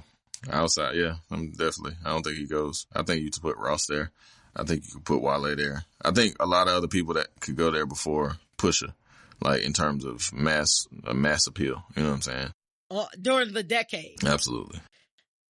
I feel like if we were talking about Meek Mill, I put Meek over 2000s, them. I put Meek over Push. Meek, Wale, I put. Not lyrically though. But just status wise and shit. Yeah. Meek fucking doing super. If we talking about status wise, I can see hell that. Yeah. But I guess you gotta kind of put. So it's not just lyrics. The nigga who got rid of your number one. Yeah, but did he get rid of him? He gotta Because he get still a place, was smoking niggas afterwards. Who's Drake? Like nigga did the Adonis shit and nigga dropped Scorpion and that shit went crazy with Kiki. Kiki was the number one fucking song, like going nuts. So it's like, oh yeah, you did a good job, buddy. Still here. Yeah. And it ain't no Ja Rule 50 Cent shit where you gonna end a nigga career. But, you know, Pusha definitely did his thing, and it definitely, just off that, I guess pop culture moment alone, because this supposed to be your big dog. Like, he supposed to be able to out rap anybody and come back with all this shit, and Pusha shut that shit down, which led motherfuckers to even believe more like, well, is Drake writing his own shit and all that shit. Like, I personally think Drake writes, 99% of his shit, but I don't know. I'm not in the studio, but I thought that was a big accomplishment for Pusha T to do that. All right. So I kind of feel like Nicki should be higher on this list for the decade. Who'd she go before? She definitely going before Travis. She's going before Future. Yeah. So honestly, Nicki would probably have 1, 2, I'm scrolling here, guys. 3. I feel like Nicki May should be number 4 on this list. I ain't mad at it. I think cause Nicki, not only did she bring female rap back, she had her whole career in the 2010s. Like, the highs and lows of her career was all in that same decade. Yeah, like, I ain't mad at it. Yeah, I think, but it's interesting here because on this list, they mentioned like the artist's biggest hits, right? Her biggest hits of the decade was Anaconda, Super Bass, Till the World Ends, which I don't even know what that song is, Fifi, and Bang Bang. All of her biggest hits were like pop songs. Like, they ain't even rapper songs. Right. So I can see why she may be a little bit far along on this list than she actually should be. However, Nicki was a whole movement out here, and regardless of where she is now, like, I feel like she should be up on this list. Anybody else you feel like should be added to this list that's just not on the list? You said Ross. I agree with Ross. I'm trying to think. Was Ross the highlight of Ross' career? When did Ross come out? Ross 08, was 09, I think. Okay. So, yeah. All right. Okay. Yeah, I could go with that. Ho was on the list at number 7. When I looked at what Hove albums actually came out in last decade, okay, I can get with it. Cause I was like, nah, Ho should be up further, but I can see why he was at 7 just based on the albums that came out during that time, which was some was really good albums. But I can see that. I'm looking at Ross albums right here, and yeah, it looked like a lot of his like good shit started. Like Teflon Don was in 2010, Rich Forever. He definitely had Port of Miami, God Forgives, I Don't. Deeper Than Rap just missed it, because you know that's one of my favorite Jones, but that came out in 2009. But shout out to that.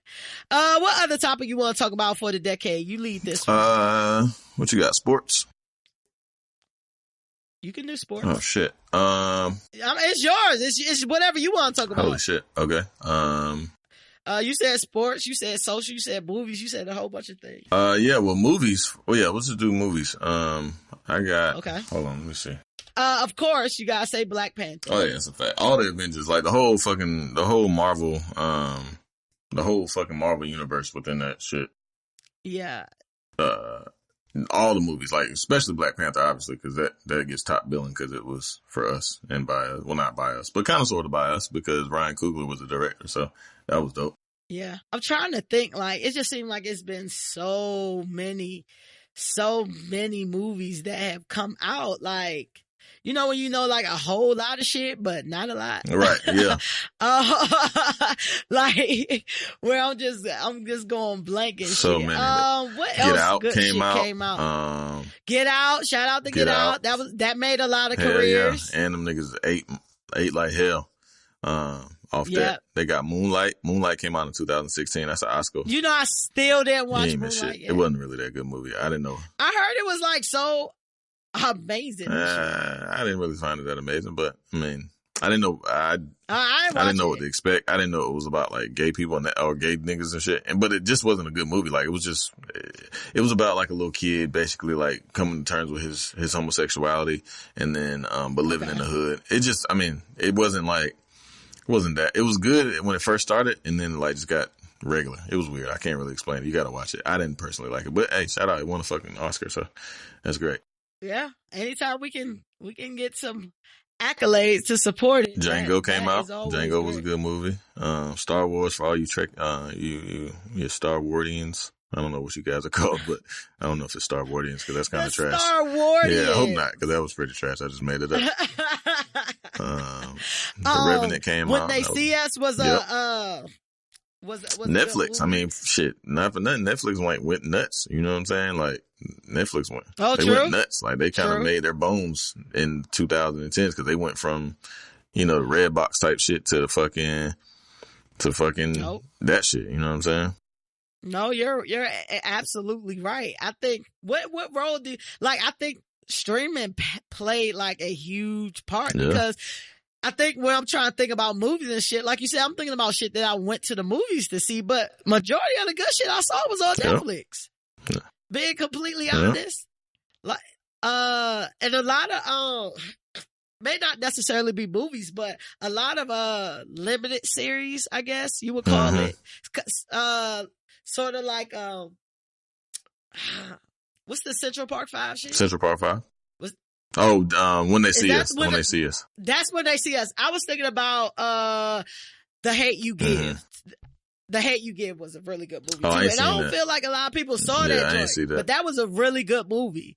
Yeah, a lot of people didn't go see it. I don't think it hit in the movies like it was supposed to. Joker 2. Shit. But the action hero movies is always going to be a mainstay in culture, period. You know what I mean? Which I appreciate it because I like, comic book movies and shit in that whole universe. So yeah, Joker was dope. I liked, did you see Joker? I liked Girl Strip. No, I didn't see it yet. Remember, I think we just talked about last podcast. But no, I didn't see it yet, but I definitely want to see it. I'm gonna have some time coming up soon. I'll watch it.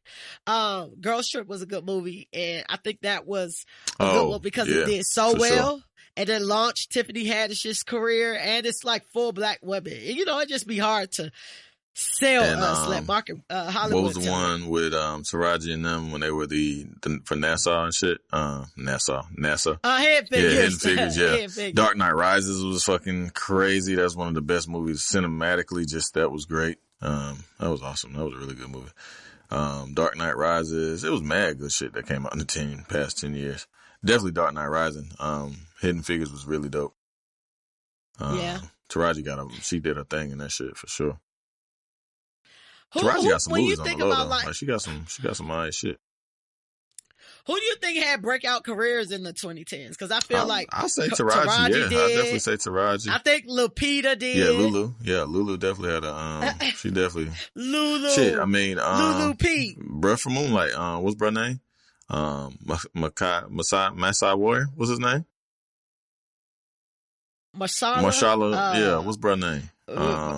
Herschela. Yeah, you know, buddy. You know what I'm talking about. Come on, man. Yeah, that was a good one. I feel like there was a rise, like, cause when I think about like TV shows and things like that, I think about shit that got popular, like that kind of stretched more than just black people. When I think about shit like Power, Empire. Mm-hmm. Yeah, I mean, fucking like that. Jamie. What's the nigga name? Mari Hardwick and shit. He definitely caught some steam with Power. It was a lot. It was just so much content in 2000. Like, it was just the age of content. I think was really too much though. Like overwhelming. Yeah. Like I get to the point now where I just feel like it's so much. And instead of enjoying shit, I'm just trying to get through shit. That's a fact, Jack. You know what I'm saying? That's not a good feeling to have. Right. So gotta figure out a way to kind of reel that in. Enjoy, like, just sit and enjoy some shit. Cause it'd be like, you'll talk about certain shit with certain people, like, oh, you gotta see that, you gotta see that, you gotta see that. Then you're like, all right, I gotta make time, like, see this, and then see this, and then see that. Yep. And then by the time you talk to the person again, you forgot you didn't even watch the shit. And it ain't bad shit, it's just a time thing. What do you think about all of these, so, you know, the 2010s was definitely the streaming service. We talked about Netflix and all that. So everybody getting excited about like Disney Plus and all of this shit. Like, what are your current subscription? They stole nigga shit. What you say? What was the question? I ain't hear the last part. What streaming services do you have, and what streaming services do you want? I'd like to get that Disney shit because I mean, like, Disney was a very integral part of my fucking life and childhood and shit like that. I loved a lot of movies, but I mean, they got so much other shit. They got original programming, original content, in addition to everything that we've already, you know, seen and watched and loved as kids and shit, even as adults, because they got a lot of the Avengers shit and all that shit. They got the whole Marvel universe and all that. So yeah, I think I'll probably get that, you know what I'm saying? Unless I'm trying to like see if I can find somebody's password, but if I can't, you know, I got Netflix, but I got somebody's password. I got Netflix, I got HBO streaming. I got a lot of shit, man. I got Apple Music, you know, shit like that. Tidal, shit like that. I got mad shit that I pay way too much for, I guess. Yeah. Good thing about Bank of America app, I'm sure a lot of y'all other banks probably had this too. They tell you what your subscriptions are. Like they be like, you got like all these subscriptions. Are you using them? That's good. Yeah, that's good. I rarely use Tidal. I still got that. I'm not a huge Disney person. So a lot of people are like super excited about Disney Plus. It's, if I get a password, I'll definitely use it. But, I remember Disney, but I don't remember Disney like having that big of an impact on me where I'm just like, oh, I gotta see fucking Beauty and the Beast or some shit. I don't know. But I think too, like, Disney have like affiliates and things like that. Like you said, like the Marvel, like things I'm not necessarily associated with Disney. So I need to see like what the, like what does that subscription look like and what am I watching? Cause when I think about like family shit. So, but the streaming service definitely changed the game. That's definitely a 2010 shit. And so in like 2025, when somebody has a 2010s party, what niggas wearing? What is the dress? What is they tights. wearing? What makes you niggas think? Niggas is wearing tights. Well, early on, like, niggas gonna have some trues. You got some trues. They got mean little trues fit. You know what I'm saying? Get you some true living going on. Shit, yeah. I mean, and then once you get to like 13 or 14, you got to put on some tights and shit, and you know, some leopard pants, shit like that. Nah, that shit is true because I have on my list like extra tight. Like I think extra tight, like men got extra tight and like purses and shit and chokers. Yeah, it's a fact. Shit gay. And I'm trying to think like as far as women, like I feel like wigs became a very regular thing. Yeah, them fucking. Like I remember like back in the day. Yes, lace fronts. Part shit. Some shits be looking horrible. I hate them shits. Some shits be looking horrible. And it was a post on Instagram for trap karaoke, and the girl was like, "Sweat out my perm, something, something, something, something." And so the first thing that stood out to me was like perm. Like, damn, I ain't heard nobody getting a fucking relaxer in their hair in a minute. Then I started thinking like about the people the women like I'm around. I'm like, damn, don't nobody get like relaxers like that I can think of. And I was just like, well, everybody ain't natural. But then I thought about like most people are natural. They got these braids under these wigs, like these lace fronts and shit like that. So it was just interesting because I just never thought about relaxers. Like, damn, who still get relaxers? Then I looked at the comments and shit, and there was a bunch of people saying the same thing. Like, she getting a perm? Like, what the fuck? Like, who's still getting them shits? Are you around women that are not wearing wigs that have relaxed hair that you know of? Mom still get a relaxed hair. Still get perms. My mom actually locked her hair up like a year and a half ago. My mom locked her hair up. But I think once you had that 2010s party, you definitely need some lace fronts and wigs. Cause I remember like my aunts and them used to have wigs and they used to look like wigs. Like they look like some synthetic shit you get out the damn wherever they used to get it from. You gotta damn feed it and water that motherfucker too. Feed and water the wig. Hey, that's funny as shit. What brands do you think of? True Religion. Cause I think of like, okay. The whole swag surf polo shit, and niggas be in and out of polo so hard, and like that shit. Polo is one of them that's mainstays, fact. Yeah, it's always gonna be there. But that's why I don't never have a problem buying polo. It's always gonna be there, and it's still fly though. Like, and it's still like very well, like you know what I mean. It's still like a high end brand, like because if you go to the polo store, like they be jazzing that shit up. But who else? What the fuck else? Fucking Robin. I think about a lot of like collaboration, like Robin jeans and shit, like. I them fucking shits hate was trash. Was Ed Hardy and shit on that shit? Was that 2010? I think that shit was like. I think that might have been a little bit before, because I think about I think that was the 2000s. Ed Hardy was popping, because I think about like I do think about that whole like rock star phase everybody went through. With Party Like a Rock Star, like the whole Jim Jones wallet, when you had the fucking wallet chain and all that shit. But I think about like collaborations became like really big in the 2010s, and shout out to Supreme, because I feel like Supreme be fucking raping y'all niggas who into Supreme. They be getting over on y'all asses. Like, Supreme be Kanye West with the game. Like, take a Glitten tee, pop something on that bitch, charge $300 for it. Like all day. I think about like brands like Hood by Air and Off-White. Off-White became super big.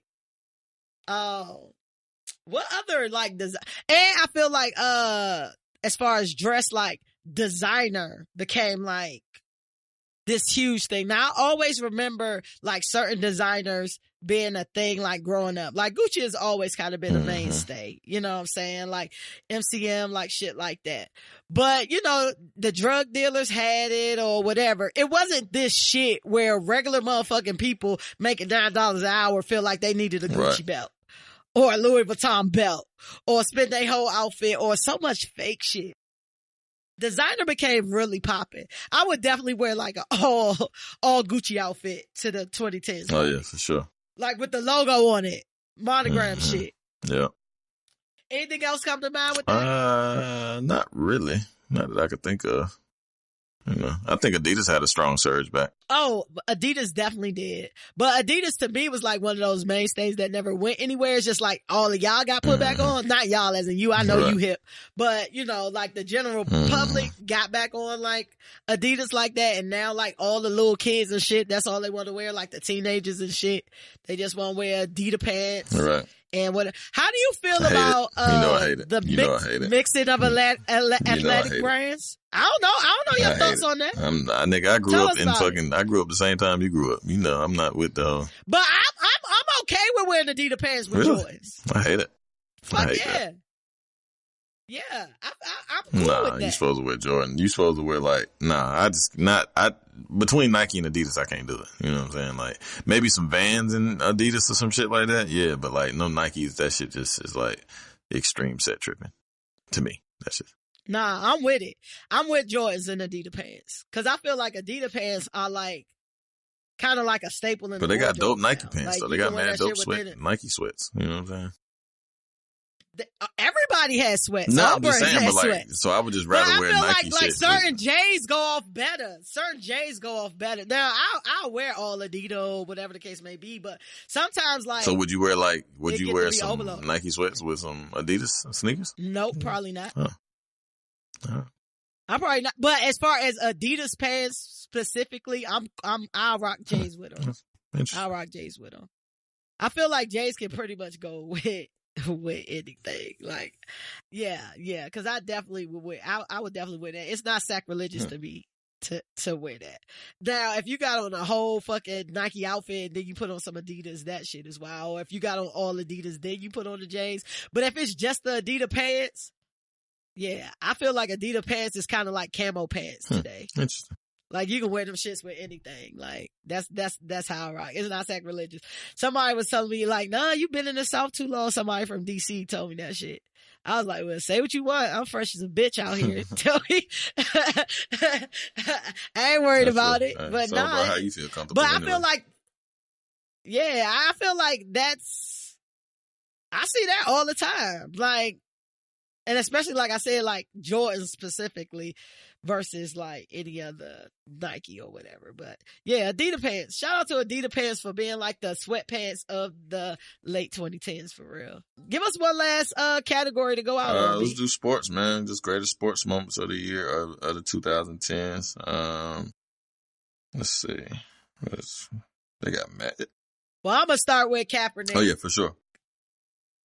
Kaepernick kneeling. I feel like Kaepernick started out everything, and we ain't gonna go into too far detail because we did already discuss this at length, but I feel like that whole movement even changed me. It didn't let me see what was up, and I saw a lot of football fans be like, I ain't fucking with it no more. Like, it's cool. Like, it turned a lot of people off, and I think that is a pivotal moment only because black people love they fucking football. Yeah.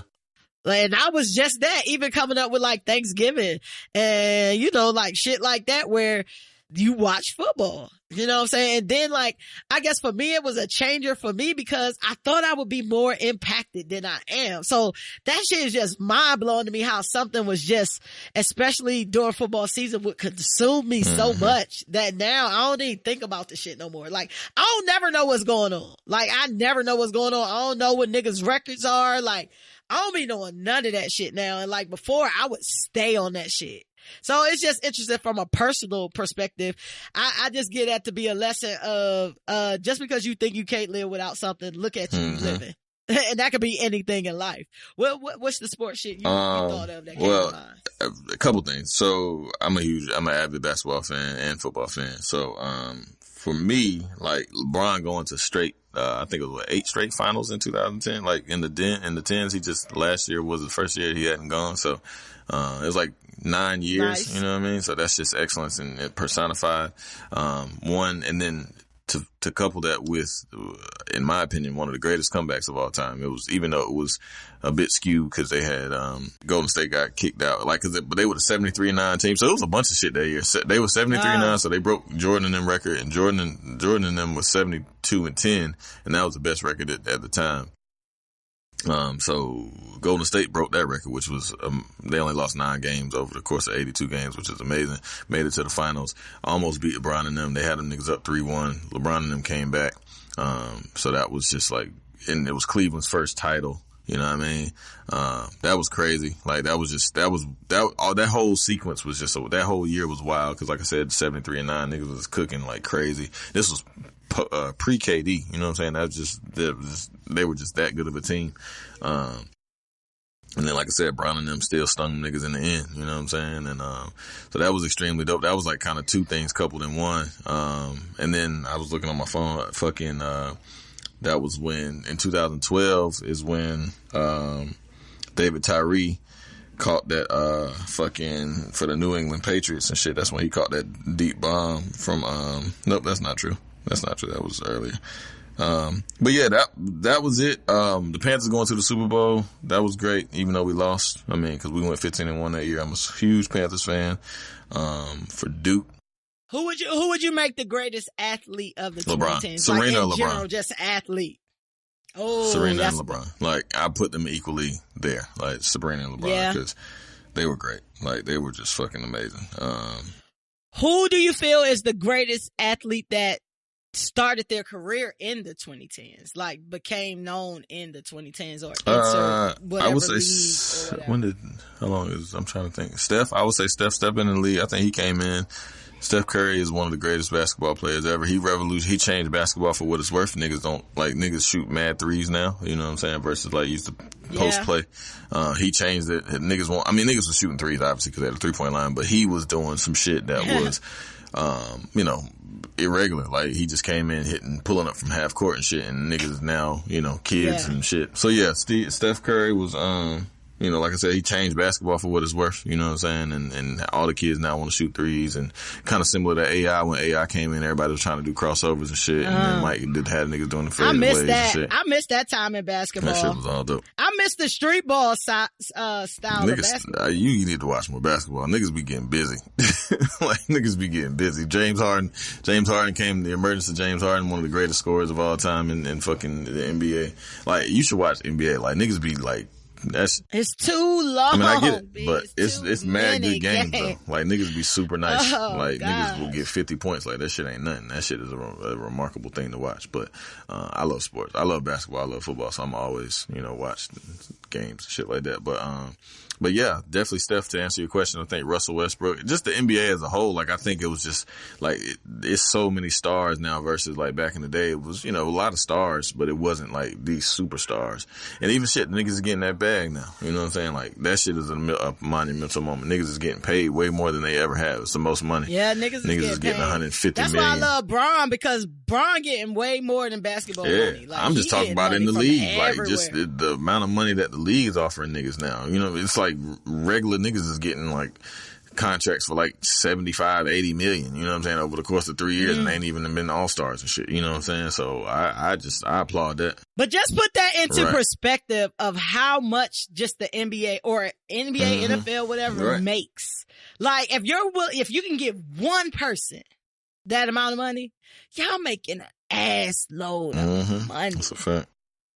An ass load of money. But yeah, man, that's pretty much it. Well, Floyd, I'll say Floyd retiring. That was a monumental thing. He went undefeated. I mean, for what it's worth, people love to hate it or however, but that nigga still, ended his career undefeated and fought everybody, you know what I'm saying, and made a lot of money, took his career in his own hands from a business aspect, changed the game of boxing for what it's worth, because niggas nigga was making 300 and 400 million, for 30 minutes. Niggas was definitely never not doing that. You know what I'm saying? So, regardless, coon it out, he's still a black man and still change. Like, we push the culture so much in so many different varieties and shit. You still gotta applaud him. He a fuck nigga in terms of, just his ideals and shit. But regardless, business is business. Like, and he changed the game. Niggas is getting paid more now. You know what I'm saying? So, I'll give him props for that. Yeah, for sure. So, and then going undefeated and, doing it his way and still being insane mind and body and shit. And, not, he's not the smartest guy, but he ain't the fucking dumbest either. You know what I'm saying? And ain't, got no residual effects at this point. We'll see what happens later down the line. But, But yeah, man, sports was dope. Sports is always going to continue to dope. It's the tie that binds, the nation, in my opinion. You know what I'm saying? It brings people together. Yeah, I feel like that is one of the music things and sports is what brings people together. Like, and weed does too. Facts. We started the, segment off by saying, you know, tell everybody who you were and who you became in 2010. And when 2020 coming up in the new decade, what do you foresee for yourself? Or what are you claiming? More life. I just want to, you know, continue to be healthy and have a healthy family and, you know, just live to prosperity. You know what I'm saying? I want to be a real estate tycoon. I want to have as many properties as I can. I just want to, you know, foster good relationships with my friends. I want to be a better parent, be a better husband, be a better friend, be a better son. Be a better dad, you know what I'm saying, and just keep striving for greatness, you know what I'm saying. That's it. Ain't too much change from this point from 10 years ago, to be honest, you know what I'm saying, in terms of my aspirations and goals. So I just keep it pushing with that. Okay. Well, I definitely, I just want to continue to prosper. Like, my goal is to have at least 5 streams of income. I want to be able to look into my career more so on the creative side and also on the business side. Like, I would love to take just my podcasting and all types of media relations even further. Whether I'll be working for somebody or not, that's up in the air. But if I am working for somebody for the next 10 years, I will at least want to get to vice president status. I don't want to be the CEO of anybody else's company, but I would definitely go into the vice president realm. CEO has too much responsibilities that I don't want to have to deal with. Just want to be happy, you know, find happiness, find some quality. Find some quality in the midst of this quantity, and just continue to be in a position to, like, just take care of my family and things of that nature. So 2020, I'm sorry, should be a prosperous year for all of us. And, next week we'll talk to y'all about, recapping 2019. This is golden shitty time coming up. Y'all look forward to that every year. Don't say you don't. But I want to thank y'all for listening to us, man. And make sure y'all subscribe to the show. Check us out at theaintshitshow.com. On the website, you can listen to the show from the website if you would like. And that's the X word that I will be. And you can follow us on Twitter, IG, Facebook, YouTube, all that, and Spotify, iHeartRadio. Make sure you tell a friend to tell a friend. And, you know, we always end the show with a quote. The quote today is, stop praying for things you don't have the discipline to work for. So remember that as the upcoming decade is coming. And until next week, I want y'all to be great and the marathon continues. Rip Nip.